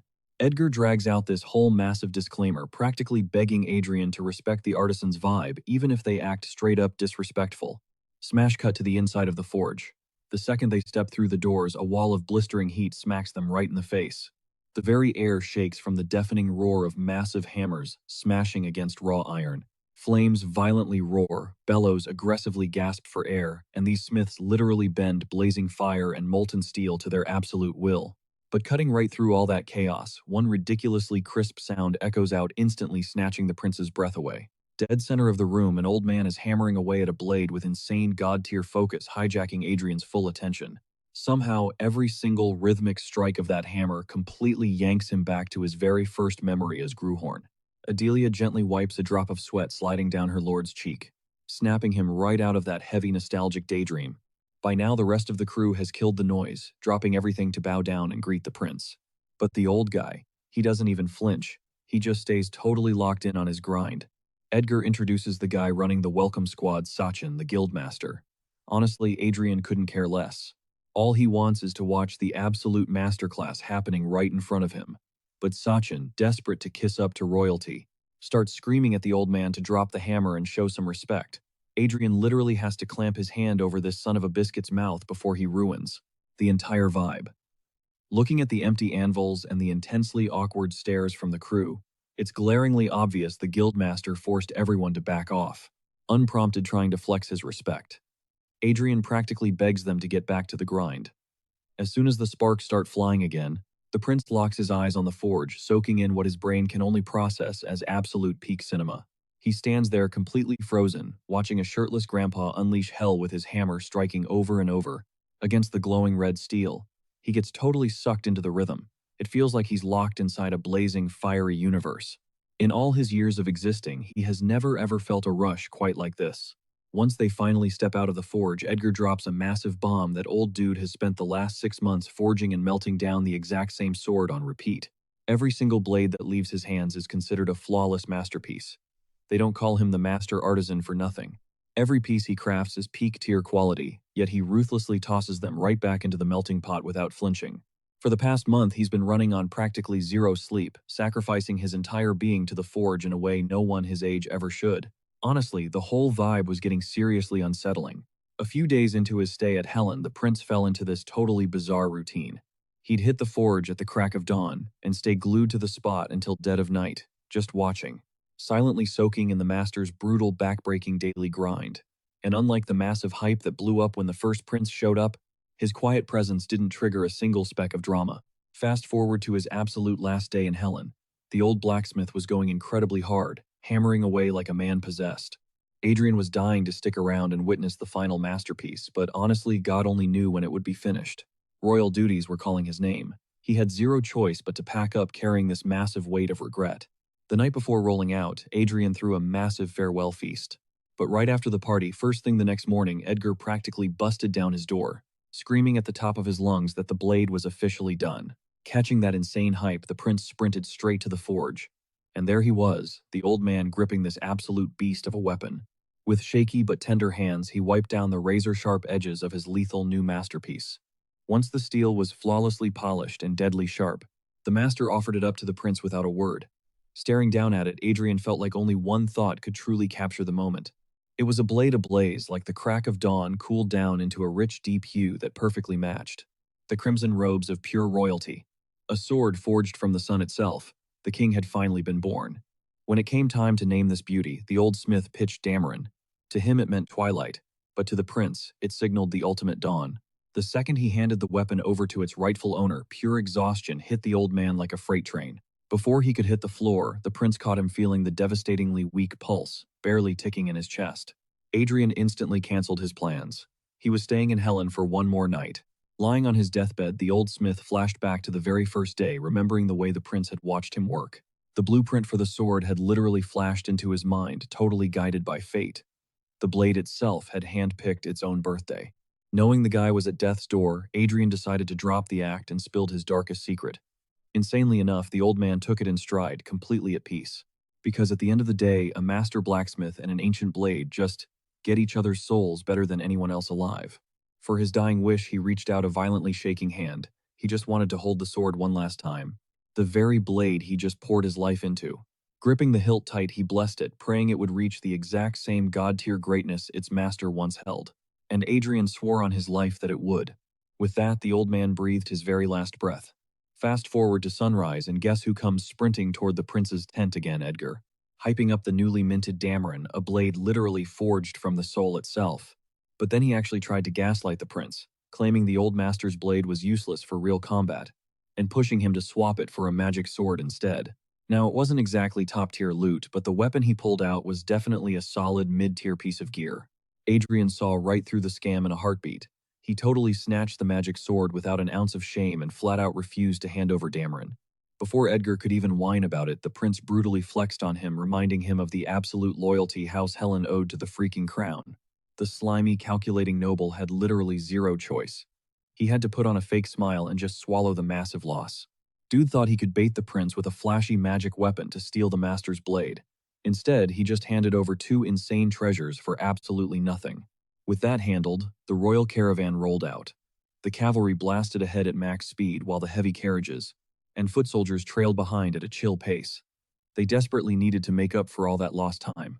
Later on, when Adrian hopped into his private carriage, he bumped right into Uncle Valorhard. The two had barely even crossed paths during the whole Helen trip. Since Valorhard had been off grinding some totally different top-secret side quest, from here on out it was a non-stop brutal ride to hit the Iron Lion Fortress before the sun went down. But wait, there was one seriously weird detail. The prince didn't know the first thing about riding a horse.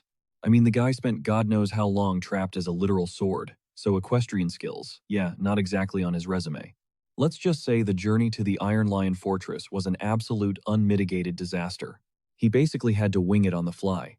We're talking non-stop puking horses, bucking like crazy, and taking the absolute longest route possible. What was supposed to be a quick half-day trip dragged out into a grueling 24-hour nightmare. Still, the legendary hype surrounding the Iron Lions of House Walden was absolutely undeniable. You could feel their overwhelming aura just by looking at the massive welcome party waiting for Leonberg's infamous royal bastard, right off the bat. These guys were way more hostile than anyone expected, and honestly, it wasn't hard to guess why. These young knights were absolutely seething. I mean, their ultimate goddess had just been snatched away by some trash-tier prince. Totally eating up the heavy tension, Adrian just smirked and swaggered right over to Arwen.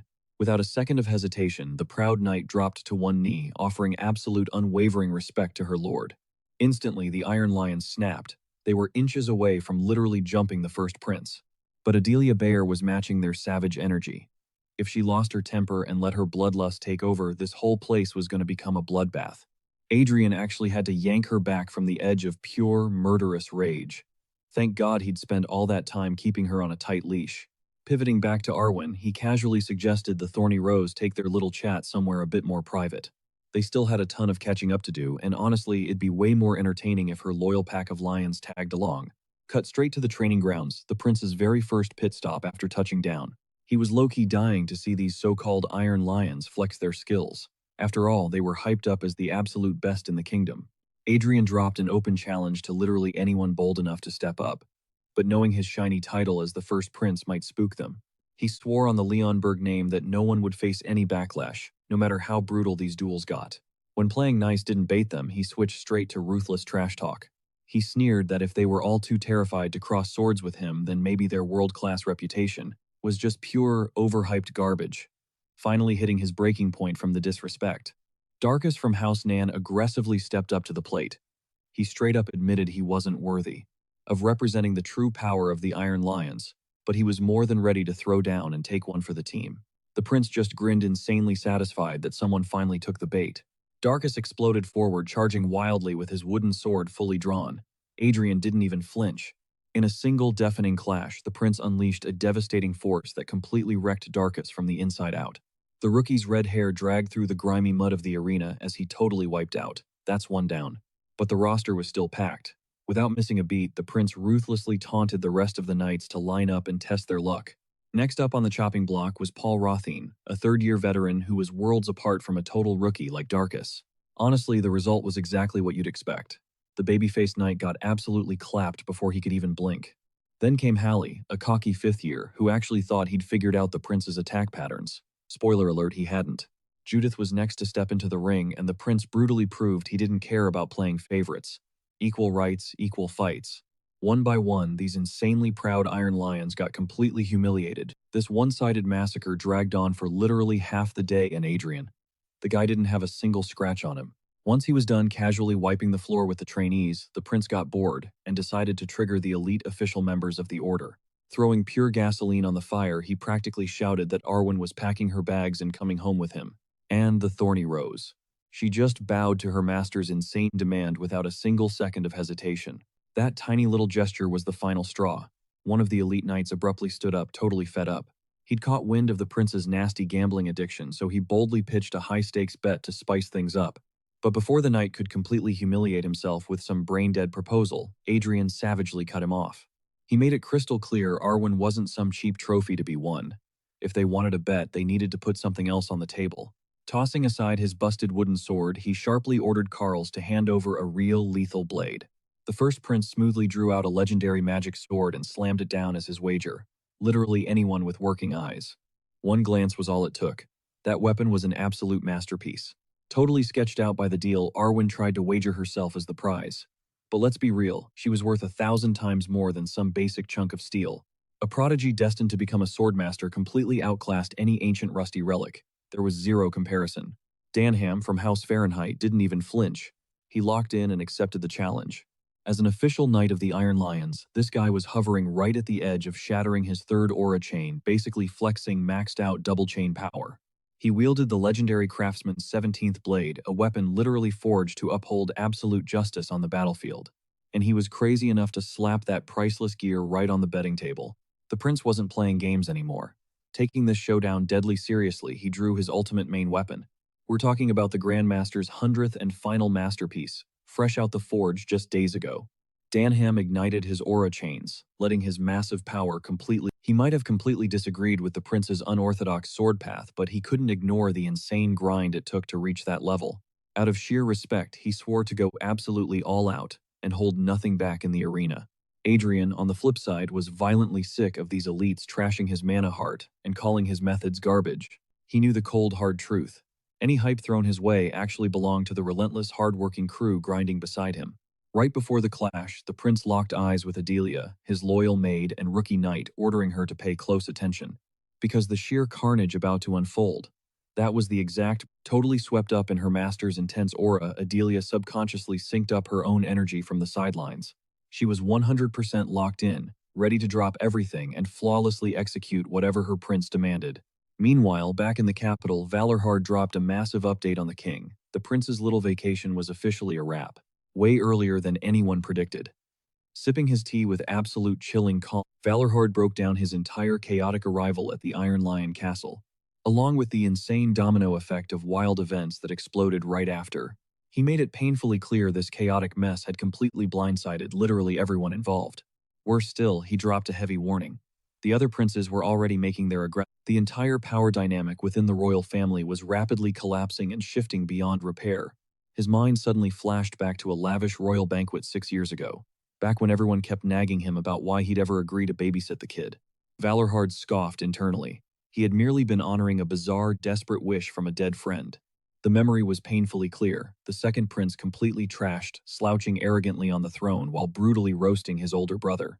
Sluggish and totally unhinged, the kid publicly humiliated the rightful heir, instantly triggering massive outrage across the room.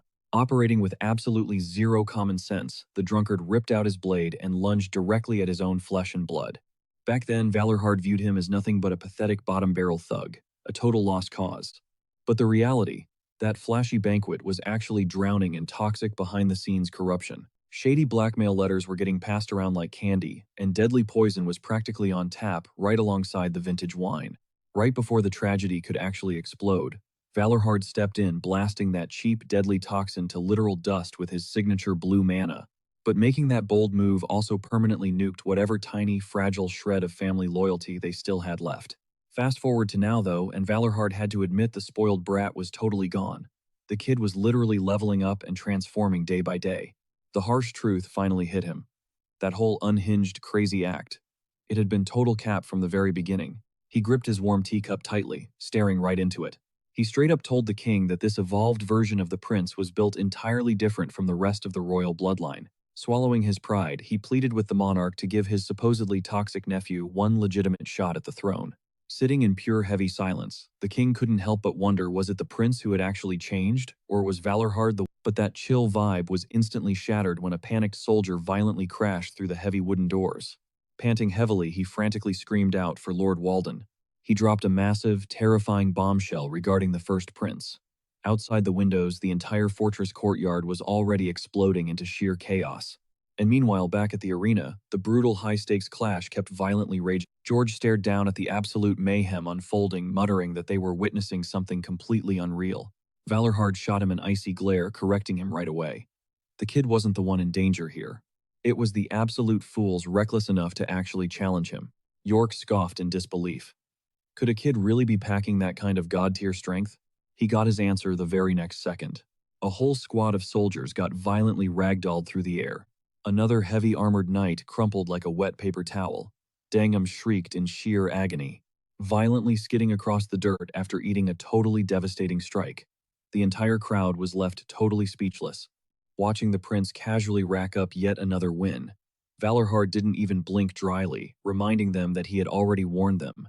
The prince swiped the sweat off his face, a deadly smirk creeping up his lips. He could literally feel their will to fight completely shattering. He kept barking for fresh challengers, forcing wave after wave of soldiers to test their blades against his. His uncle's words echoed in his head. A true royal knight is only forged once they break through to the second ring. What sounded like a total exaggeration back then was hitting way too hard right now. He was dodging incoming strikes with insane non-human precision, practically dancing around them. His muscles were screaming as he pushed himself way past the absolute limit. The crushing gravity of the true dragon's energy was tearing through his flesh. Still, he blocked out the sheer agony and let the brutal rhythm of the fight completely consume him, riding the high of that massive, intoxicating wave of power surging through his veins. The roaring crowd completely muted. It was just him and his target now. A lethal strike came flying in, but to him it moved in absolute slow motion. His brain was processing the fight way faster than his own body could keep up with. That intense adrenaline spike unlocked memories from a past life, an existence utterly defined by endless bloodshed. His eyes flared up, with a blinding blue flame as he dodged the cold steel by a literal millimeter.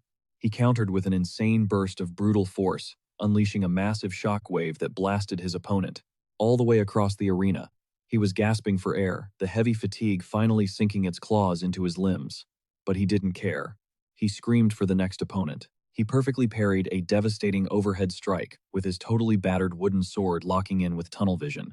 He spun around and launched a buttery smooth counter-glowing blue mana dripping from every single move he made. The collision rattled his entire skeleton, but he refused to back down even an inch, completely redirecting their momentum to violently blast the enemy away.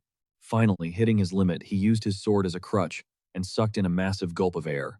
Piles of knocked-out bodies littered the ground all around him.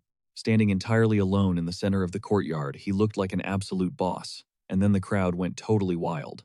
The soldiers were completely losing it, screaming that he just clutched 70 back-to-back wins, but out of nowhere, a crazy blue light erupted from his body. His aura violently flared out of control as pure mana condensed, and then literally detonated, forcefully skyrocketing him straight into the fourth ring, with a completely deafening sonic boom of raw power.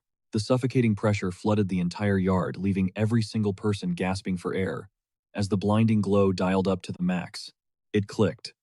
His physical body was finally hardwiring itself to handle actual magic.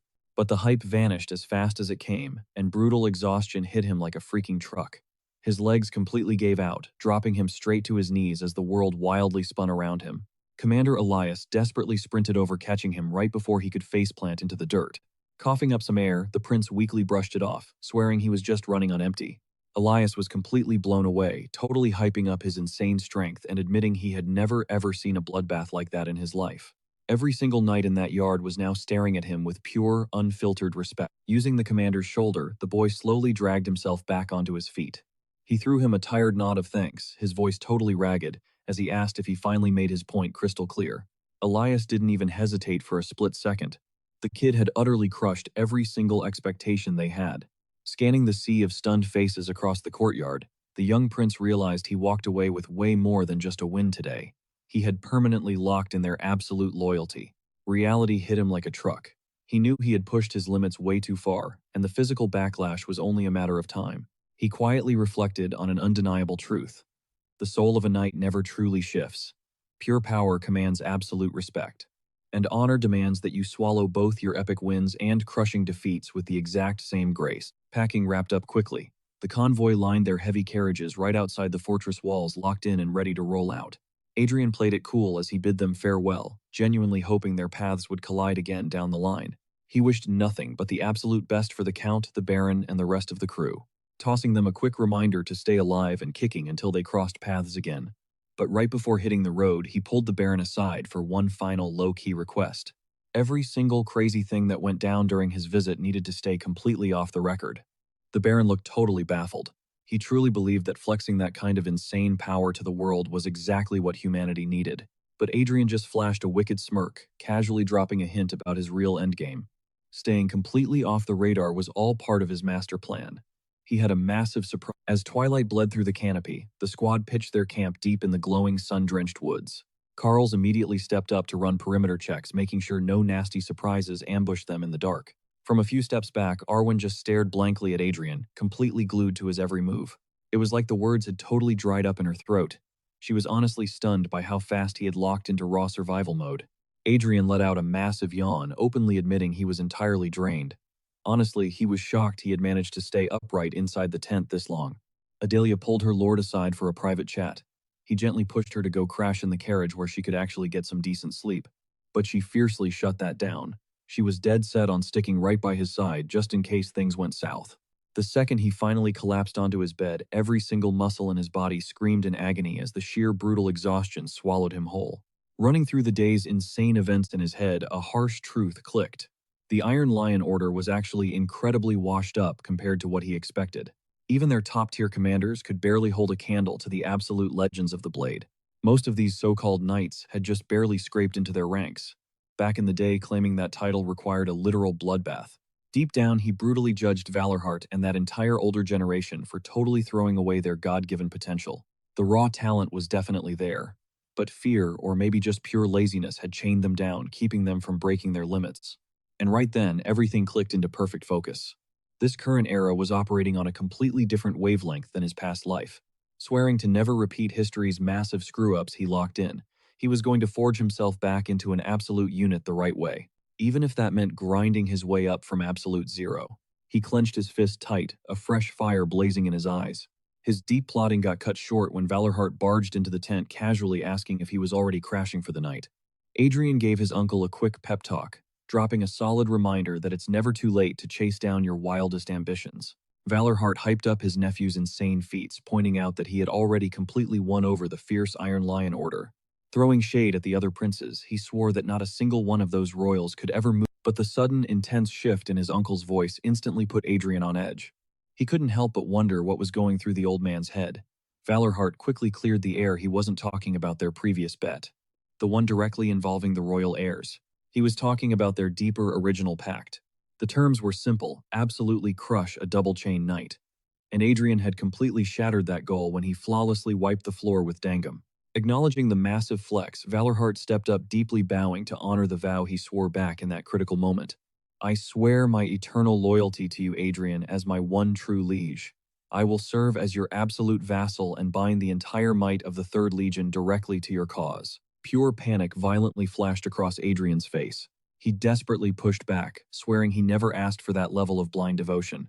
He frantically reminded his uncle that he only wanted basic trust, not a whole army kneeling to him. And he aggressively shut down any crazy rumors that he was actively gunning for that cursed, blood-soaked throne. Soon after, as they finally rolled back home, the entire castle completely erupted into chaos, throwing a legendary deafening welcome fit only. Maids and attendants swarmed him in a heartbeat. Absolutely suffocated by the chaos, and clearly pissed off, he barked at everyone to clear out and give him some damn space. Off in the distance, the guards just watched and chuckled. Seeing the mighty prince throwing a low-key tantrum was honestly kind of wholesome. Finally, his massive bedroom fell dead silent. A rare vibe for him. But that peace was instantly shattered when the third prince barged in like he owned the place. The kid started yelling about his big return, totally trash-talking Adrian for going missing, accusing him of secretly building an army, and swearing he'd get payback for this so-called betrayal. Exhausted, Adrian just brushed off the wild claims. He literally couldn't care less about the throne or playing power games, even though he knew damn well nobody was going to believe him at this point. Right after that headache, he hit up Valhalla again and told his uncle to drop the stiff formalities, but the old man went straight into a speech about honor, reminding Adrian that House Valhalla was the ultimate meat shield, protecting the kingdom from the savage northern monsters. And he made one thing crystal clear. If Adrian decided to step up as king, that giant shield would move on his command. He also warned him that an all-out war was coming, swearing on his life that nobody would lay a finger on his nephew. Left alone at last, Adrian just sat there feeling the crushing weight of the first prince title. Total burnout hit him like a truck. All he wanted was a single second to just chill. But his goal hadn't changed. He needed to wipe out the incoming threat as fast as possible so he could finally catch a break. And to pull that off, he'd need a force so incredibly broken it would just steamroll any enemy in his path. Cut 2. Later that night. The massive grand hall was completely dripping in gold light, packed with high society elites ready to party. Prince Leonberg walked in with such a massive aura the entire room instantly locked eyes on him. A heartbeat later, the announcer hyped up the arrival of the main event. The first prince, Adrian Leonberg. The second he stepped through those giant doors, he could literally feel the heavy stares burning holes into him. Curious, jealous, scheming. And when his eyes finally locked onto his dad all the way across the room, they just shared this intense, unspoken stare down. Just the prince and the king holding his ground on the throne. As Adrian walked down the grand staircase, the crowd at the bottom totally lost their minds, screaming his name like hardcore fanboys. One noblewoman in the crowd caught a glimpse of him and absolutely melted, completely blown away by his crazy glow-up. He was giving off pure main character energy, looking exactly like a young conquering king. But Adrian, seeing all this dramatic hype, just made him roll his eyes hard. He thought the whole circus was way too extra, wondering why everyone was freaking out just because he lost a little weight. To him, these so-called elites looked more like a squad of absolute clowns than anyone actually worthy of respect. But as he looked closer, he noticed something totally messed up. Every single one of them was rocking the exact same debuff, the Serpent's Heart. Adrian instantly recognized it. It was the ultimate red flag of toxic karma, a literal curse branded on trash humans who exploit people and destroy lives for fun. The realization honestly made him sick to his stomach, seeing how they were all hiding such disgusting, rotten souls right behind their flawless designer outfits. But in that entire sea of two-faced snakes, only one guy actually passed the vibe check. Taylor.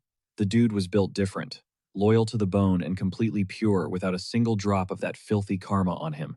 When they made eye contact, Taylor just hit him with this massive, genuine smile. It completely grounded Adrian. Right in the middle of this fake-ass room. Suddenly, some random noble stepped up, flashing a plastic smile as he approached the prince, practically drooling over how magnificently his highness had grown up. Adrian literally looked right through him. Instead, he flashed a huge, real smile and shouted out to Taylor, telling his boy that since he was already here, he should have come up to say what's up first.